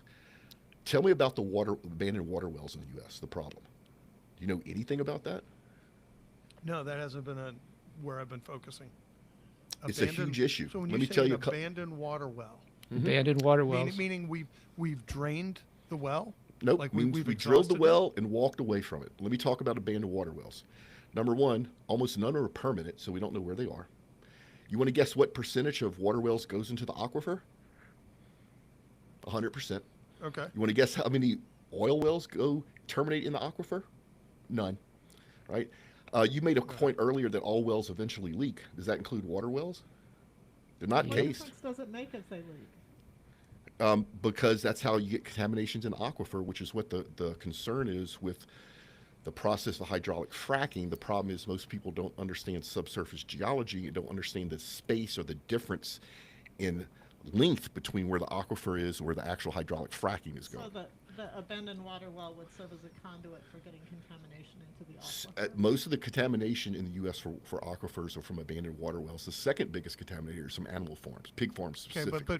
but in general, U.S. water quality is pretty high outside of Flint, Michigan. If you use But my whole pipes. point is, Bill, there's a much bigger problem than the oil and gas industry having to wipe its backside from its abandoned wells, and that's the No, abandoned water wells. That is, Yes, I yes. we can Google that, Mark. It's a relevance engine. You'll come up with maybe a few 100,000 references there. When you Google Bill, abandoned oil wells, Google- you'll come up with millions. It's Bill, a Google relevance tells you- engine. It's Bill, relevance. Google tells you what Bill wants to see. But No, Not I the just truth. don't Yes, know it does. Each of No. those If we- abandoned water wells is causing contamination in the aquifers. In different Google aquifers, absolutely. It's a huge problem that nobody talks about. This is the same conversation I have with people that are against assault weapons. And I go, in the U.S., more people are killed with hammers than assault weapons. And they don't believe me. So I send them for the CDC. You can look at the statistics yourself. It's a huge difference. So my question, Bill, is once you do The your Google CDC research. doesn't track the number of people. Yeah, that are no, killed by no. hammers. FBI tracks crime statistics. CDC tracks how people die. You got to look at both to get the true picture. So my question to my people that I showed the data to about more people being killed with hammers and assault weapons is: next time you're on social, are you going to be posting about a 30-day ban for hammers? Because if not, you're a hypocrite. Do your research, Bill, on abandoned water wells. It's a much bigger problem than abandoned oil wells. Once you come to that conclusion, even though you can't do it on LinkedIn, I'm hoping that if you really care about the environment, you're going to start talking about abandoned water wells. our water quality as a country, as a nation, and now it varies by state, but our water quality has not been a huge issue. That what's going on by abandoned oil wells is a much bigger issue Why? I haven't seen that. because of the damage that those wells are doing. The leakage Damage to what? What is the leakage damage? to the land. They're leaking methane for one thing. Yeah. Only if the well still has any pressure, if the reservoir has any pressure. If it has no pressure, which is typically the reason they're abandoned, nothing's coming out of that hole in the ground. Nothing. Well, at least what I've read on the 2+ million abandoned, and that's not even inactive. So there's 2+ million abandoned. Inactive is in the, I don't know if it's in the tens of millions, but it's higher. It's higher than the abandoned wells. So we have drilled the crap out of this country, and that is not. Not There just are the negative w- consequences for doing it. Not just the country, Bill, the entire world. There's literally, the U.S. has over 1 million wells right now, right? Active. No, 1 million wells. You got to remember, Bill, when a well is inactive, it's usually for financial reasons. The hydrocarbons are still there. It doesn't make fiscal sense to get them out the ground. When the price goes up, that well goes to be inactive. Sure. So they're cut on and off based on prices. But if you look at the world, there's over 65,000 oil fields in the world, right? Each one of those oil fields, the major oil fields, have close to 1 million wells each. If you look at the U.S., we have just about 1 million of those wells. So the amount of water wells that have been drilled and have been abandoned and left wide open to the aquifer is about double that, about 2 million wells in the U.S., water wells. And that's what we know of. And if you've ever known anybody that drilled a water well, they didn't go to the county or the state to get a permit. They didn't post a bond. They just drilled a hole in the ground. Okay, but so the real why, number is why probably hasn't- 4 if this times. is such a major issue, obviously abandoned oil wells getting a lot more public notoriety. Abandoned water wells don't, because When the drinking water think of it as a big aquifer deal. gets contaminated, it's big news. and Well, I think never you guys thought are Right. missing why potentially that doesn't happen. answering. They're answering their own question. I'm just gonna let them do it. Yeah, well, that might be better, but I will say I don't I- think it's I'm that working big a a- deal. I'm working a site right Not now. compared to oil. I'm working a You're site wrong, right Bill. now You're 100% where wrong. You can tell me I'm wrong. I'll disagree with you. this You don't family know anything. Go ahead, Bill. I'm sorry, Jeffrey. Go ahead. this family, the land was bought by their great grandfather coming back when he was a soldier in World War One. They have 5 wells on the property, water wells, 5, and they only knew about 2 of them because through generations, that well wasn't producing as much, or the water tasted funny, or something, and they came out to Mark's point and just drilled another well, and there was no permit. There was no history of them. They only found out when they did a test where they released huge quantities of methane from under the wells and found all these wells because they were blowing methane out of them. Okay, so Yeah. That's contamination. There's a And, conduit for you're saying- contamination. The other problem was, contaminated by the abandoned wells. the other problem was what they had been dumping down one of the old wells that they knew about because they weren't using it for water anymore. Now it's only 75 feet away. But they thought, well, we can dump stuff down this well. Now these guys are not the well, no, it's out of sight, out geniuses. of mind. I get it. Yeah, and Yeah, that if it's so down so there, we Mark's don't see it, right. so it's not The a other big deal. thing that you're not thinking about is where do the majority of people get their water? Okay, 90% of people live in an urban area. They get treated water. So when you say there's not a Yeah, problem with our water, reservoirs. reservoirs, wells, there are well fields, for instance, but all that water But most big is cities have reservoirs. It's not well. all that water is treated before people drink it. It's made to a specification where there isn't a problem. What Mark's talking about is the 25% of the country that is on well and septic. So rural. Rural, correct. And that number's kind of lower now, probably, because we keep moving to urban, suburban areas where we get our water from centralized facilities. No, and would I agree that urban versus rural are their issues? So in Oregon, out in, let's see, northeastern Oregon, huge water quality Right? problems. Mostly indigenous and native and Mexican, Spanish people. So they're the ones who are out doing And that's who gets hurt by these abandoned water wells, because Well, it's a and- direct conduit to the aquifer that's sitting there, and anything that gets dumped down it, and you would be surprised But also, what people also all dump the down them. pesticides, because of all the agriculture that was grown there and all the pesticides is The impacted pesticides are their also water a quality. problem. You see that in this part, Boardman, I think it's county in Oregon, huge issue. It's been going on for like 25 years. Governor finally went over there in 2024 to say, hey, we know about this, sorry. Oops. No, again, I'm not, but that to me is an isolated issue. That is one county in eastern Oregon. I don't think it, to your point, urban, what percentage of people live in urban environments versus rural? I think the and so majority of now us, we our come water ba- quality is yeah, decent. and let's go full circle here.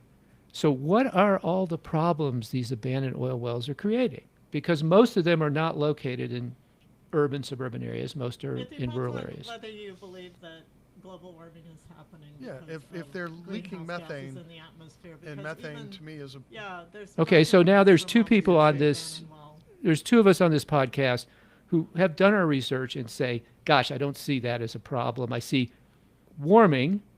I see You really climate haven't done change. your own research. So, I mean, it's Excuse like me, you're Kirsten, expecting somebody I'm to gonna your take it- word for something You that don't have to has take my been- word. there's Look at the thousands of posts. experts Look at the posts working I made. all over the world. in a whole Kirsten, bunch of look different- at the in a posts whole bunch of I different made. disciplines, Jeffrey, you don't count more than these people over the course of decades against Jeffrey Fine. Oh, I don't You think I'm know, I mean, alone. it's ridiculous. Kirsten, why do you So- think I'm alone? There's other fossil fuel advocates. Wait a that minute. agree Wait a with minute. you, Jeffrey. We- I'm not a fossil fuel advocate. I'm a pro-human advocate. Yeah, I'm and pro-human. more to the point, Kirsten, you say I think you guys haven't are done the spinning this up, trying research. to put a shine on it. And in fact, haven't. they just had a meeting, the Klinex meeting, sorry. 1,935 scientists from around the world signed the thing that says, hey, there's no climate emergency. This stuff is not happening. What meeting? Well, who cares? Klinex, That's not Klinex. very many scientists compared to the number of scientists. Wait a minute now. They're Now, not and we're experts. going to come to your number of scientists. So you say that. You say, well, tens of thousands of scientists, hundreds of thousands of scientists have said anthropogenic global warming is real, right? Every Y'all- technical society in the world. Okay, agrees. so now I'm talking about technical society. I'm talking about the Every actual technical society. papers. And AAPG, by the way, as a technical society, does not have an opinion on it. So that's one that doesn't, obviously. So now if you go CLINTEX? CLIN, I think it's TEL. Oh, I know those guys they're out of the Netherlands. They're Yeah, a that's it. notorious anti-climate group. Well, Hard to take anti-climate them serious. or Hard- pro-science. Okay, so to let's go take back to them Kirsten's seriously, no. point. And I get this Hard to point take a them lot. seriously. I get a lot, IPCC. Oh man, You come don't on, think come on. oil and You know. gas pays organizations to come out and say, yeah. Wait, it's wait, wait. a You don't non-issue? think that the climate industry doesn't pay people? Oh, I think it goes The both ways. climate industry isn't a place for people to get rich, Jeffrey. If they wanted to get rich, they'd work for oil and gas. You said Exactly. that. No. Rich? The No. oil and Yeah, gas Excuse me. researchers- Excuse university me, Kirsten. researchers Wealthiest don't make a industry lot in of the money, world. Kirsten, Jeffrey. who makes the most They don't- money in the climate industry? Let me ask you that. I Who have makes the no most? idea.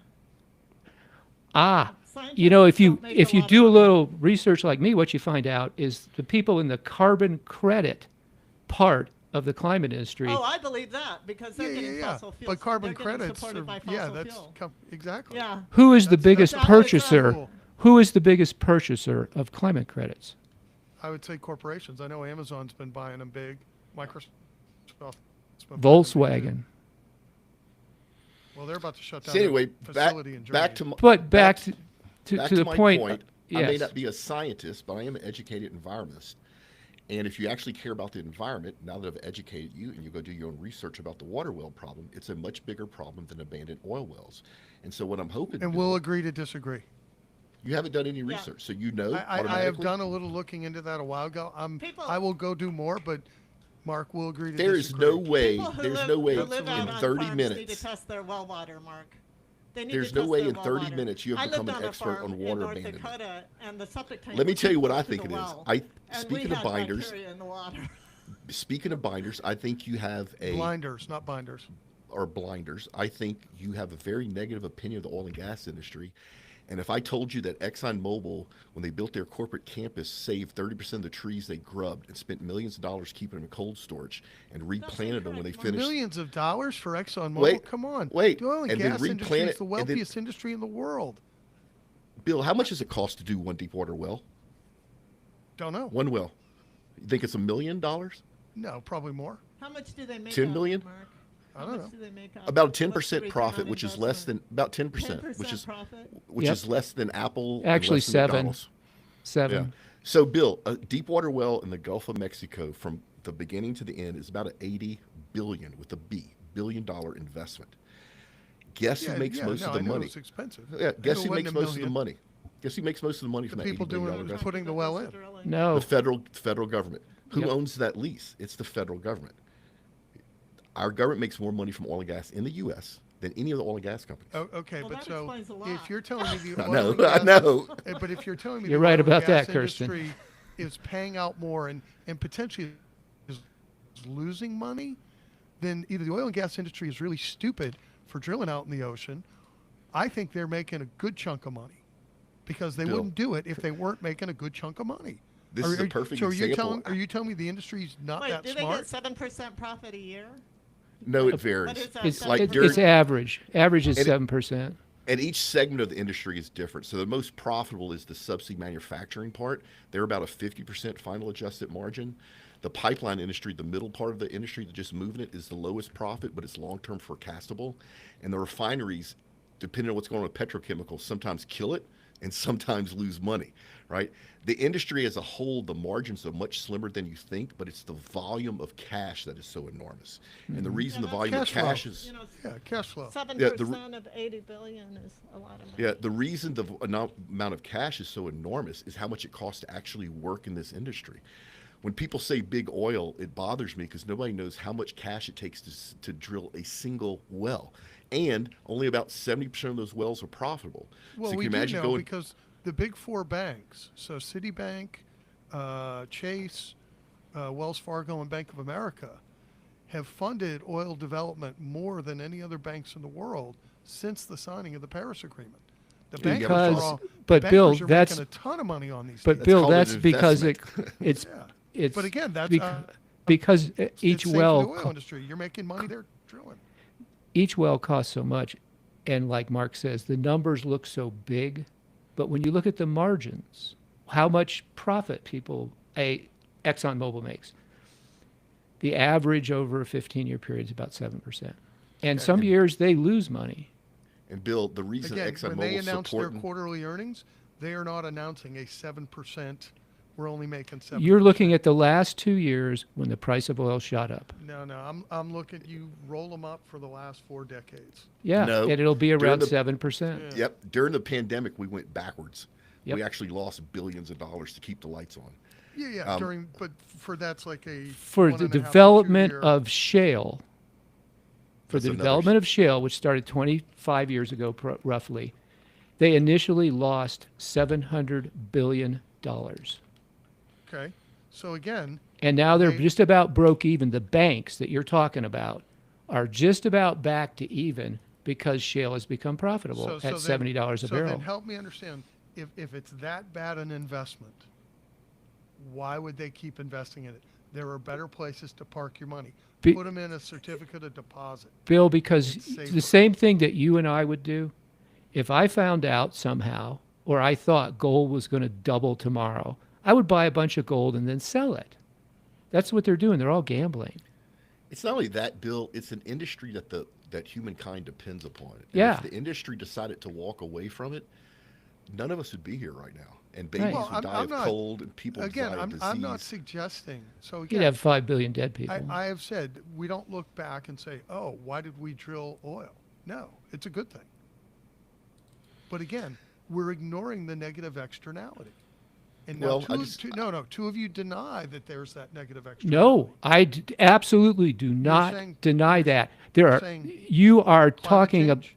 no, You're saying you're climate change is not being driven. by I'm the burning of talking fossil about fuels. actual externalities that are negative from fossil fuel development and use, That's a which do negative. not include climate change. So So I'm Kurt- specific. For You know, Kirsten in and the me, United that's States, an in issue. the short term, even if you didn't have any climate benefits, it would save more money than it costs to transition off to fossil fuel because there'd be improvements to human health and to the agricultural yields.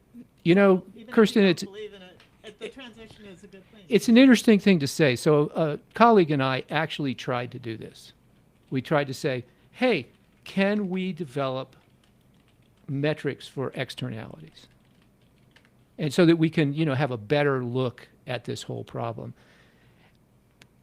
Other people have done this, so we're not alone. It's really difficult because when you start talking about negative externalities, like Kirsten talked about PM 2.5, 5, 10, particulate matter. Sorry, Mark. Trying to be correct Dude, I here. know what that is. I know. I'm just teasing you. Those are externalities that you can measure. You can measure things like health around an old coal-fired power plant. You can measure things like that. Well, how do you measure the benefits? Because you got to make a model that has both sides of it, right? And it's like, how do you measure the negatives and the positives? It's really difficult. I think that I'm going to go back to what Mark said a while back, which is really simple. Over the last 300 years, has the human condition gotten better? Yes. Why? Abundant energy. What does that mean? That means people have time to do things besides eke out a living, harvest the plants and dry them and do all that. No one's going to disagree with that. Right. Ha- And have- the reason we've had that is fossil fuels. Now you guys come and you say, hey, it's climate change. Now here's two guys that have done a whole bunch of research.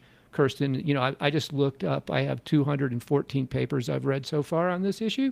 So I've done some, I know Mark's done some, and we don't see the evidence that climate change is being driven by this. And I would say you're in the minority. And we could Whether he's in the majority or the minority. and let's come back to this. You have all Kirsten's sorts of funny point. beliefs about Henry's law. Kirsten's Kirsten's point- When the ocean absorbs it. Thank you, Kirsten. Kirsten's point was all these people believe. So I got two things to It's say not to that. believe. It's like, do you believe Well, in okay, that? two things to say to that. Two facts. Yeah, like First, greenhouse gas the is a the real consensus argument thing. Do you believe is the Earth based a on sphere? I can't about- actually experience that. about 5 or 6 technical articles, and you can go read them. I can send you the URLs. They started about almost 20 years ago now. They were trying to assess how many climate papers published by people who wrote about climate, had anything to say at all about anthropogenic global warming. What percent do you think said something if you're writing about climate? Jeffrey, what you're talking about is why they now say in every journal articles that climate change is happening. No, I'm not, Kirsten. I'm talking Because about. somebody went through and looked at the papers and said, they didn't say it was from human activity, so they didn't No, think it was. if we're talking about So what that's John, changed that. That's, Jeffrey, that if is completely if we're talking about silly. what John Cook published, and that's where that 97% of all scientists Correct. go do your research on that. Yeah. It is the most biased group of data, and even his peers, which agree with him that No, it's been man's found activity. over and over again by many people. You can No, take the no, people- actually, No. Kirsten, you can take the people who didn't say one way or another. Kirsten, Yeah. you know, you Yeah. can go look You're up. preaching to your Changes choir, anthropogenic, but you guys and don't then live in you have a reality. survey result, too. Excuse me. Yeah. You can go look up that paper. There's a function online, and you can look up every other paper that quoted it. You do not have an That argument quoted with it. climate And what you'll scientists find who is don't there are believe 5 or 6 papers. And climate change to Cook, is to the point anthropogenic. about Mark about Cook, besides the fact that most of his colleagues thought it was bullshit, he did No. put in the data, which showed Absolutely. 70% of the papers they surveyed had no opinion. Yeah, they didn't. It was good research. Absolutely doesn't mean a thing, Jeffrey. Now, if you did it now, What does it every mean? climate scientist that Yeah, writes how a long paper ago was that? says How long ago was The that? most recent one that was anthropogenic global warming is happening. the most just recent one was because of this 2023. bullshit. So 2023. last year. Yeah. Yeah. So people have followed up on, and that wasn't the first one, Mark. That was the first most famous 97% that Obama said over the No. advice of his science advisor, It doesn't who said, even matter. that's not what it 97% said. of scientists could be wrong. It's the Okay, whole basis of Obama's it. So wait, guy so was the wait. MIT Explains guy the who's done all evidence. the oil and gas deals. Science Yeah, doesn't he had- get it. See, doesn't get and, it. and, and here we go again, Bill. Your bias is showing because who paid for the first CO2 measurements in the atmosphere? Dude, MIT is on the take from the Koch brothers. Yeah, but who They are paid? absolutely being influenced. And Who Obama's paid for the Secretary of Keeling Energy. curve? Okay, Keeling curve, everybody's heard of it. Measurements of CO2, we put them out every year. Who paid for that? Who started that research? Keeling, as a graduate student. Who paid for him to do all that work? ExxonMobil. Oops. That's just a fact, you know. Jeffrey, what does that So prove? ExxonMobil has paid for some that proves research. that climate change is Universities a- No, also paid what for it proves research. is that there are a lot of people ExxonMobil had its own scientists explain to them that that They've been- they they've been measuring summarize. the impact of their Kirsten? business since the Cause global 70s. warming. Uh, They Minimal. did a Kirsten, very good job of did you estimating. read the report And what from did ExxonMobil? ExxonMobil do? I have Did you read the paper. report? Okay, so what ExxonMobil did when Yeah, they got that did you read it? information was hire Heartland Institute to campaign against. You're the talking about climate PR. change. And what is Heartland Institute. who- hired excuse me. Heartland Garbage out. Institute who to pays campaign for against- Just Stop garbage. Oil? Who pays for Just Stop Oil? You know what individuals do? Yeah, individuals could do it. Yeah, you can call billionaires individuals. Yes, they are individuals. Okay, and who They get funded one vote. Trump's campaign? You don't think any billionaires or oil companies weren't happy to hear drill baby drill? Of course, interests, separate interest drive. Bill, did you Again. not just listen to what Mark said?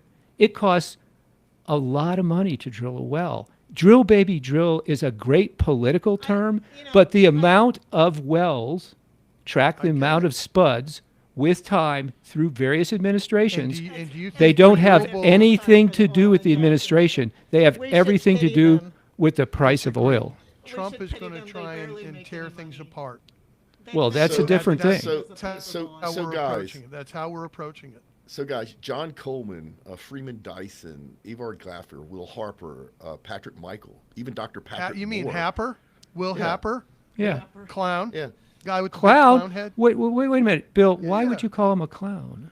Because he Will disagrees Happer's with you? running, what's it, the CO2 Coalition? That's What, like what, his... whoa. Why know would what's- you know what's call funny about Will a Happer, distinguished Jeffrey? atmospheric Distinguished- physicist a clown? He's not a distinct clown. atmospheric. So he physicist. doesn't No, agree with you, so he's a know, clown. Actually, you know what he did? He wrote a Sure. paper that came up with the same sensitivity to All greenhouse gases 1,600 as climate supporters on science LinkedIn. does. It might be 1,700 by now, and they've been out there for how long? Like 10 years? So? It's a small So- group that's trying to cast aspersions on climate change. And But you this- think but- there's a but- big Just 'cause group they're small- who's they're not? Jeffrey, you should look at No, there are Happer's small latest groups paper. throwing paint on the wall, hoping to say, "Oh, it's not a big deal." Okay. Well, guys, it's I time think to, we'll it's, agree. it's time to wind this thing down, and as sometimes we do, we will all You- have to agree to disagree. No, the snowpack in Wyoming is in decline, Jeffrey. You do. Um, and audience, thank you so much. I'm still not sure if we're on LinkedIn. I can't figure it out or not. We're definitely on YouTube. We'll figure out the technical difficulties next time we live stream. Like I said, if you want to check us out, Should I all- cuss real loud and see if we're on? See if you get a nasty No, Bill. gram? Bill, you already have a reputation with LinkedIn. We don't want to make it worse. I Yeah. don't know if we can make it worse though. But anyway, thank you for all y'all for joining us. Yes, we disagree on some stuff. We actually agree on way more things than we let on during this conversation. But I love the fact that everybody's being real and raw and speaking from the heart. Like I said, if you want to listen to more of what we're doing, just whatever your podcast player choice is, look up the Balance Point. You can go ahead and subscribe. We do And go this to type of stuff LinkedIn. much- Go to the site. Put something up for us, folks. Ask questions. Look at Yes, my. please. So we have a LinkedIn page. It's called the Balance Point. Ask questions. You can see the stuff that Kirsten does an incredible job of researching and posting. I'll send my Jeffrey replies does to some good Kirsten. stuff too. I shoot her I have down. not. What I the have heck? not posted anything, but I will. But anyway, it's time to get out of here. Time to get out of here. Remember, there are two sides to everything. Where do you see the balance? Happy Okay. Thanksgiving, everybody. Oh, Enjoy. shoot! I already cut it off. Shoot, we should have said that.